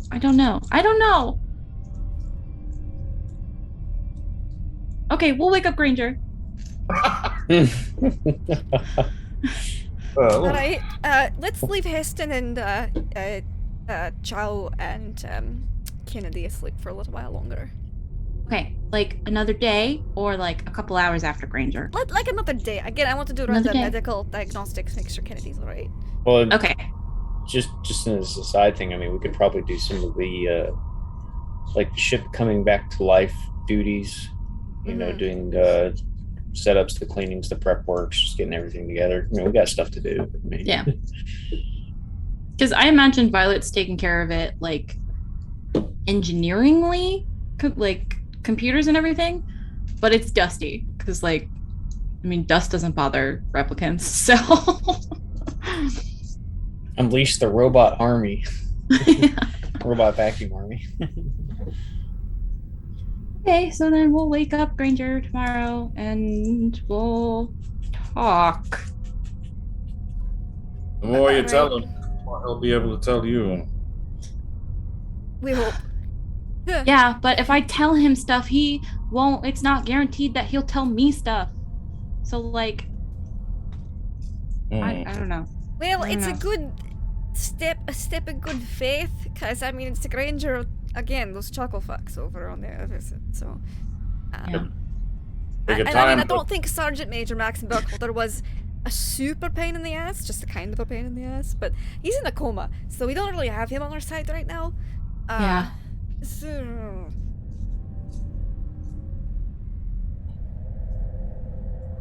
Yeah. Okay. All right. So do you wake him up? Tomorrow, yes. Okay. We'll get him a nice So- plate of cornbread ready for. So you're just going to wake up Granger? Okay. I've got a couple more minutes for waking up Granger. Who's in the room when we wake up Granger? Do we all want to be, or do we just want to wake him up by himself? It's gonna look like an intervention if you're all standing around. I think Violet will be there. So anything Definitely. you say can and will be held against you. I think McKeelson will be there too to give Violet's Granger. moral support back up. I think at this time, Brewer's just ominously staring at Thompson in his hyperpod. Yes. And before we wake up Granger, can I run some more medical diagnostics on my radioactive girlfriend? Yes? Okay. Is that a euphemism for something? No! She was getting like a lot of medical stuff before she went into hypersleep. Like she had that toxin. Quarter inch of plexiglass between you and this woman right now. Yeah, but Mother can run some basic diagnostics. And I can, do some scans, some things. Make sure she's breathing. It's fine. It's fine. It's a little stressful, but it's fine. What happened? How'd you do? Oh, I got a ooh. success and a stress. Ooh. And you add a stress. What is your stress at? It's now 2, which 2? Okay. isn't gonna really do anything because I have nerves of Okay. steel, and I get a She's fine. -2. She's still radioactive. She's still cute. She's Well, still. what about the you know- toxin? Oh, she. Yes, right. It was coming back to me. I've been worried about this for 3 months, Travis. Tell me about my radioactive girlfriend. Is she all gonna be alright? Because she. Let's go back a little second though, because she would. She didn't go to it. Did she go into a coma? Did she pass out? She passed out and hit her head in the lunch hall, is what I remember. And she was bleeding. And then the 3 Kens, the 3 really sus little doctors that I do not trust at all whatsoever. We're super weird about her They were- toxicology. Yeah, and so while they're all knocked out, McKeelson wanted to verify everything and Right. run over everything and make sure her radioactive girlfriend was going to be okay and that they weren't introducing it to her and that, we can try to neutralize it before. She had a delayed reaction to the XX121 neurotoxin that she got a face full of when she nearly got face huggered about, a week before, or just a matter of days before you all went into hypersleep. And so We were in the it's zoo, right? blowback. Mhm. You were in the zoo, and then Yeah. so she got hit in the basement. Yep. And then you went back up to the ship, and then you went back down, and then Yep. went back up, and by then, she's hardcore, but she's not that hardcore, and it finally caught up with her, Yeah. and her concussion has healed, and good. her body has recovered, Okay. and you recover that the Lins were not wanting to share with you the fact that they are hiding they're gathering up all the data of the fact that she clearly came into contact with one of these things. Yeah.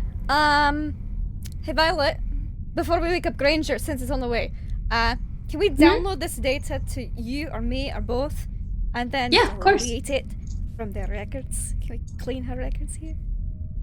Yeah. We can. I Would mean, be they already amazing. have it, so they know it, I mean, but they wouldn't have a record of it. That's fine by me. Okay. Yeah. Give me 2 seconds. Make it Choose real seem quick. less credible. I Okay. don't like them. So you're gonna wake up Granger before everybody else? Yes. All right. Why don't you push the button to wake up Hank Granger, and Granger, you open your eyes. Who's standing there? Violet McKeelson. Your favorite people. Yep. Granger's like,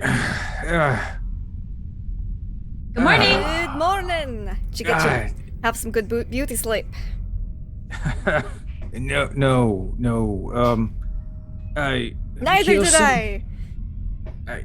You got whiskey on you?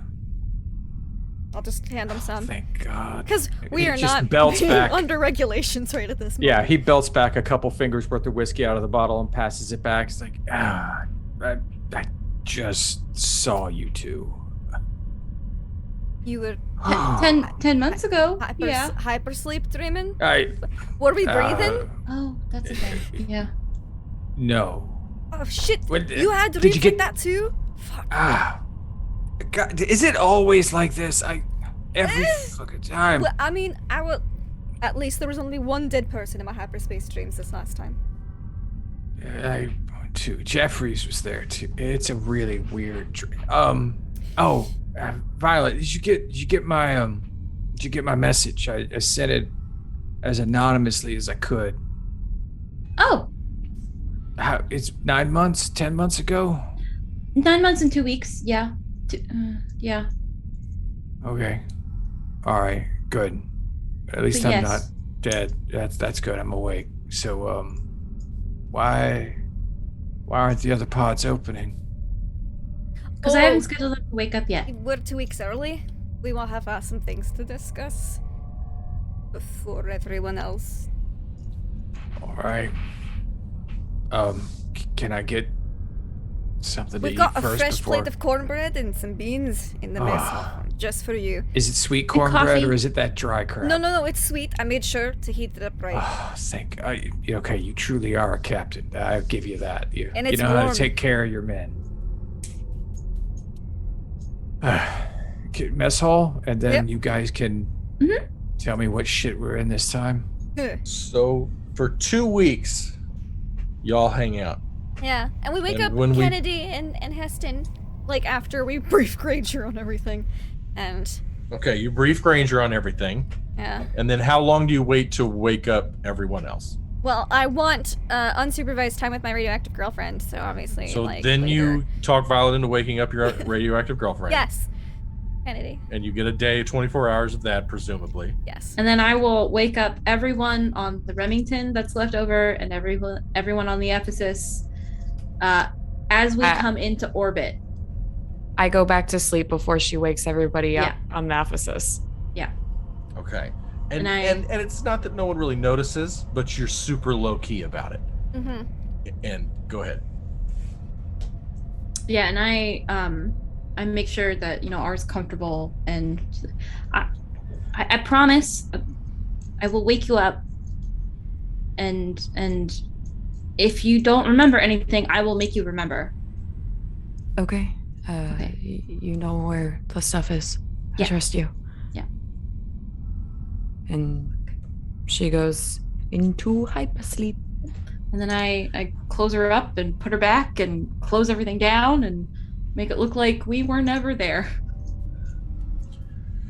Slowly, one by one, everyone begins to wake up.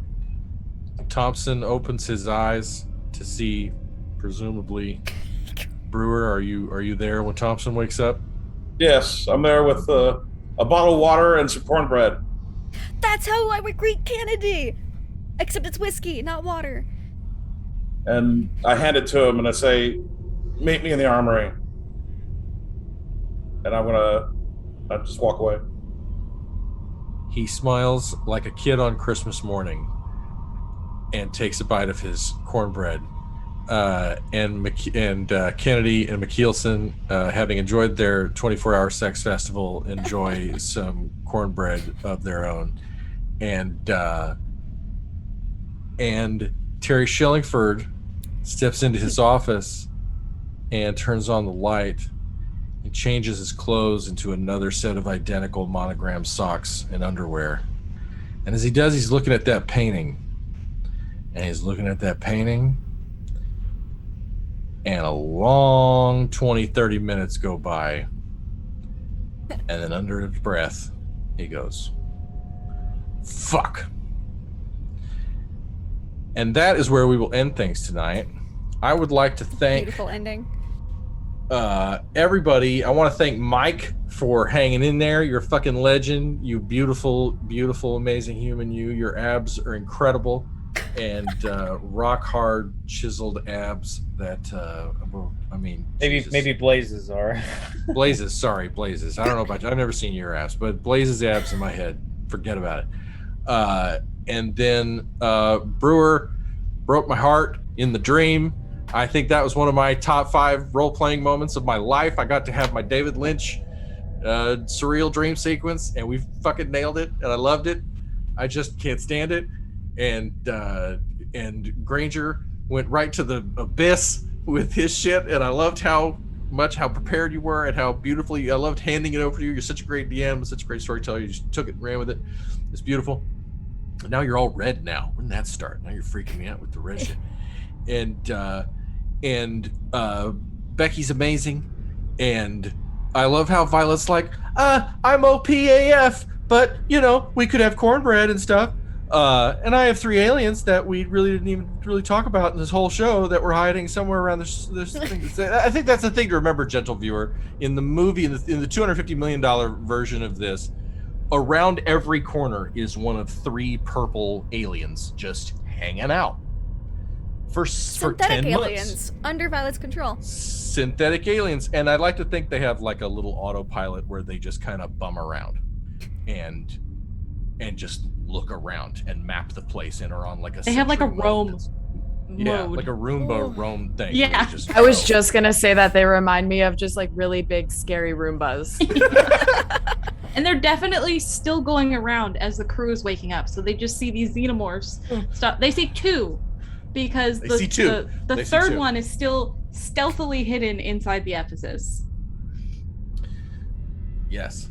So I loved it, and Lindy, you're amazing, and I just think you're the best, and I appreciate this so much. And this was such a great show. And what was I worried about? We went a little over, but it was wonderful. And next time the drums of war begin to beat, we're going to the egg. Shit's gonna go down, man. Don't miss it. Thank you so much, Lindy. Going over to you. Thank you so much for the opportunity to do this, and thank you all for watching.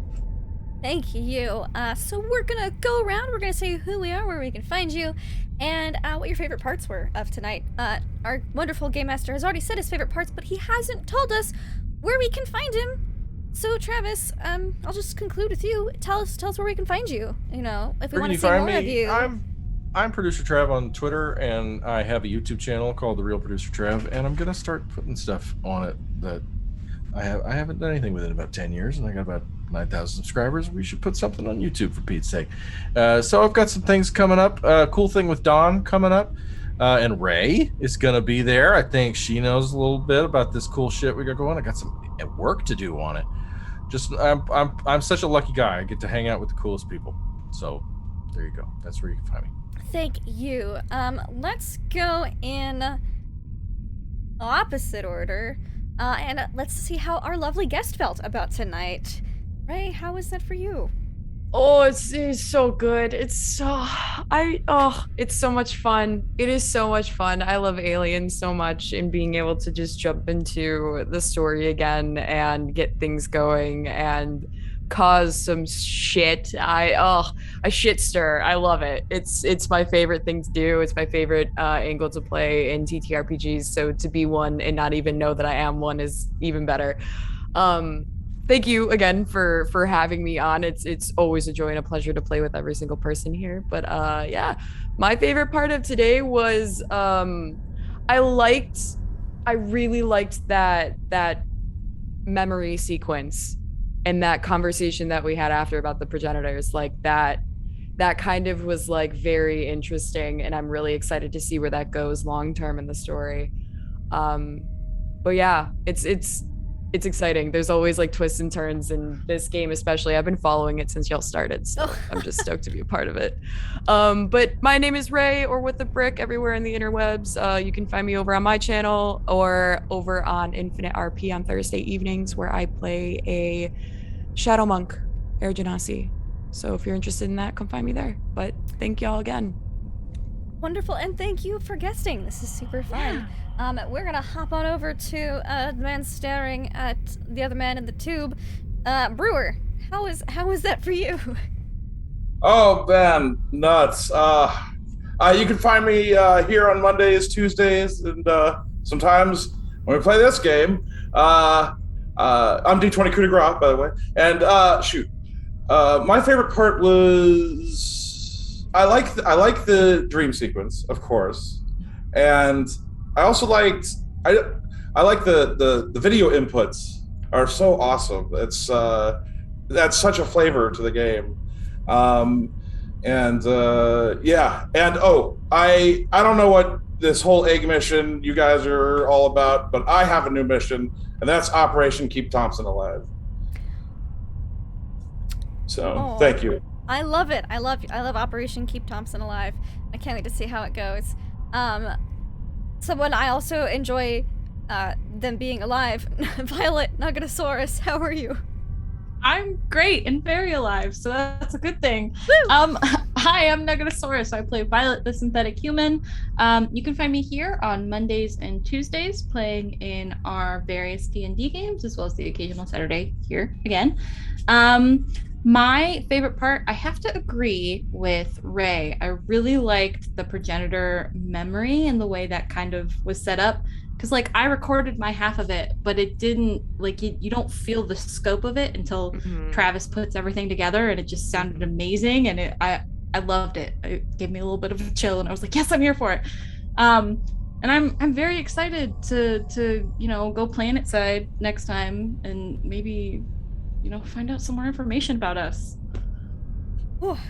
I'm excited for you about the information, not about going Planetside, but it's the little things. Blaze, I don't have a good segue for that. That's my own fault. How are you? No, it's fine. I'm doing great. That was fun. I miss Aliens. I love Aliens. I grew up on Aliens. This is fun to be a part of this. Thank you for putting us in your world, Travis. This is great. Glad to play with everybody here. Thank you, everybody, for watching. Favorite part is Aliens, just being on the ship and in the universe. I like it all. I like sitting here just listening to it because I'm like a kid, just listening to the story. Like, okay, keep telling me more. So yeah, I'm trying to call it 26. Thanks everybody for coming, and yeah, thank you. And thank you. I'd also like to thank Granger, who woke up. Well, thank you. Yes, I'm awake. Yay! I was messaging Travis that it was okay if I didn't get woken up before the end of the show because this was just awesome anyway, and I didn't need to get out of the tube yet. I could just nap till next time. It'd be fine. I'm Deception Check, playing Hank Granger. You can find me here on Mondays and Tuesdays. Mondays I run Mondays in Exandria, Wanderlust, and Wildmount. And on Tuesdays I also play a monk. I play a Kensai monk who likes to think he's a pirate or was a pirate. I don't know. He sounds like a pirate, and so that's a lot of fun. And then here for Hank Granger, favorite parts. All the dream sequences were great. Also, the video edits and voiceovers were great, and all the stuff that Travis does. He's an amazing DM for this game, and I love the energy and the love he puts into his story. It's just such a great. You could tell every single bit of it is crafted with love and interest, and he just loves putting it all together. And it's just love. I keep saying the word. It's a wonderful story, and he does a great job with it. And I especially loved Ray and Violet's parts. They were spectacular. It was really good. You could tell that they had a connection almost instantly, and it really came through in the role playing. So it was a lot of fun. Thanks, everyone. And thank you. And I suppose that just leaves me.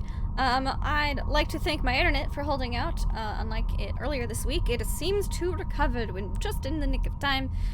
Favorite moments for me, I loved all the dream sequences. I thought they were really good. I also loved the two of them going through the vault. Like, let's check out Shittingfield's vault. I also love that Violet is Nugatosaurus, and I have really stuck with calling him either Shittingford or Shittingfield. Much to Travis's dismay of Terry Shillingford, because that should be his name. I bet he legally changed it, kind of like maybe McKelson did to get McKelson. Anyways, love this game. So happy to be back with it after having a little hiatus, and cannot wait till next month. You can find me here. This is my channel, Laugh Love Lindy. Thank you all so much for watching. We will of course be here on Monday and Tuesday for Mondays in Exandria and Mists of Ravenloft. So Dungeons and Dragons, some cool stuff. And yeah, tune in. Just keep your ears up for when our next episode of Aliens is gonna be, because it's a once a month game, and we absolutely adore it, and we hope you do as well. Thank you all for watching and hanging out. Until next time, have fun, play games.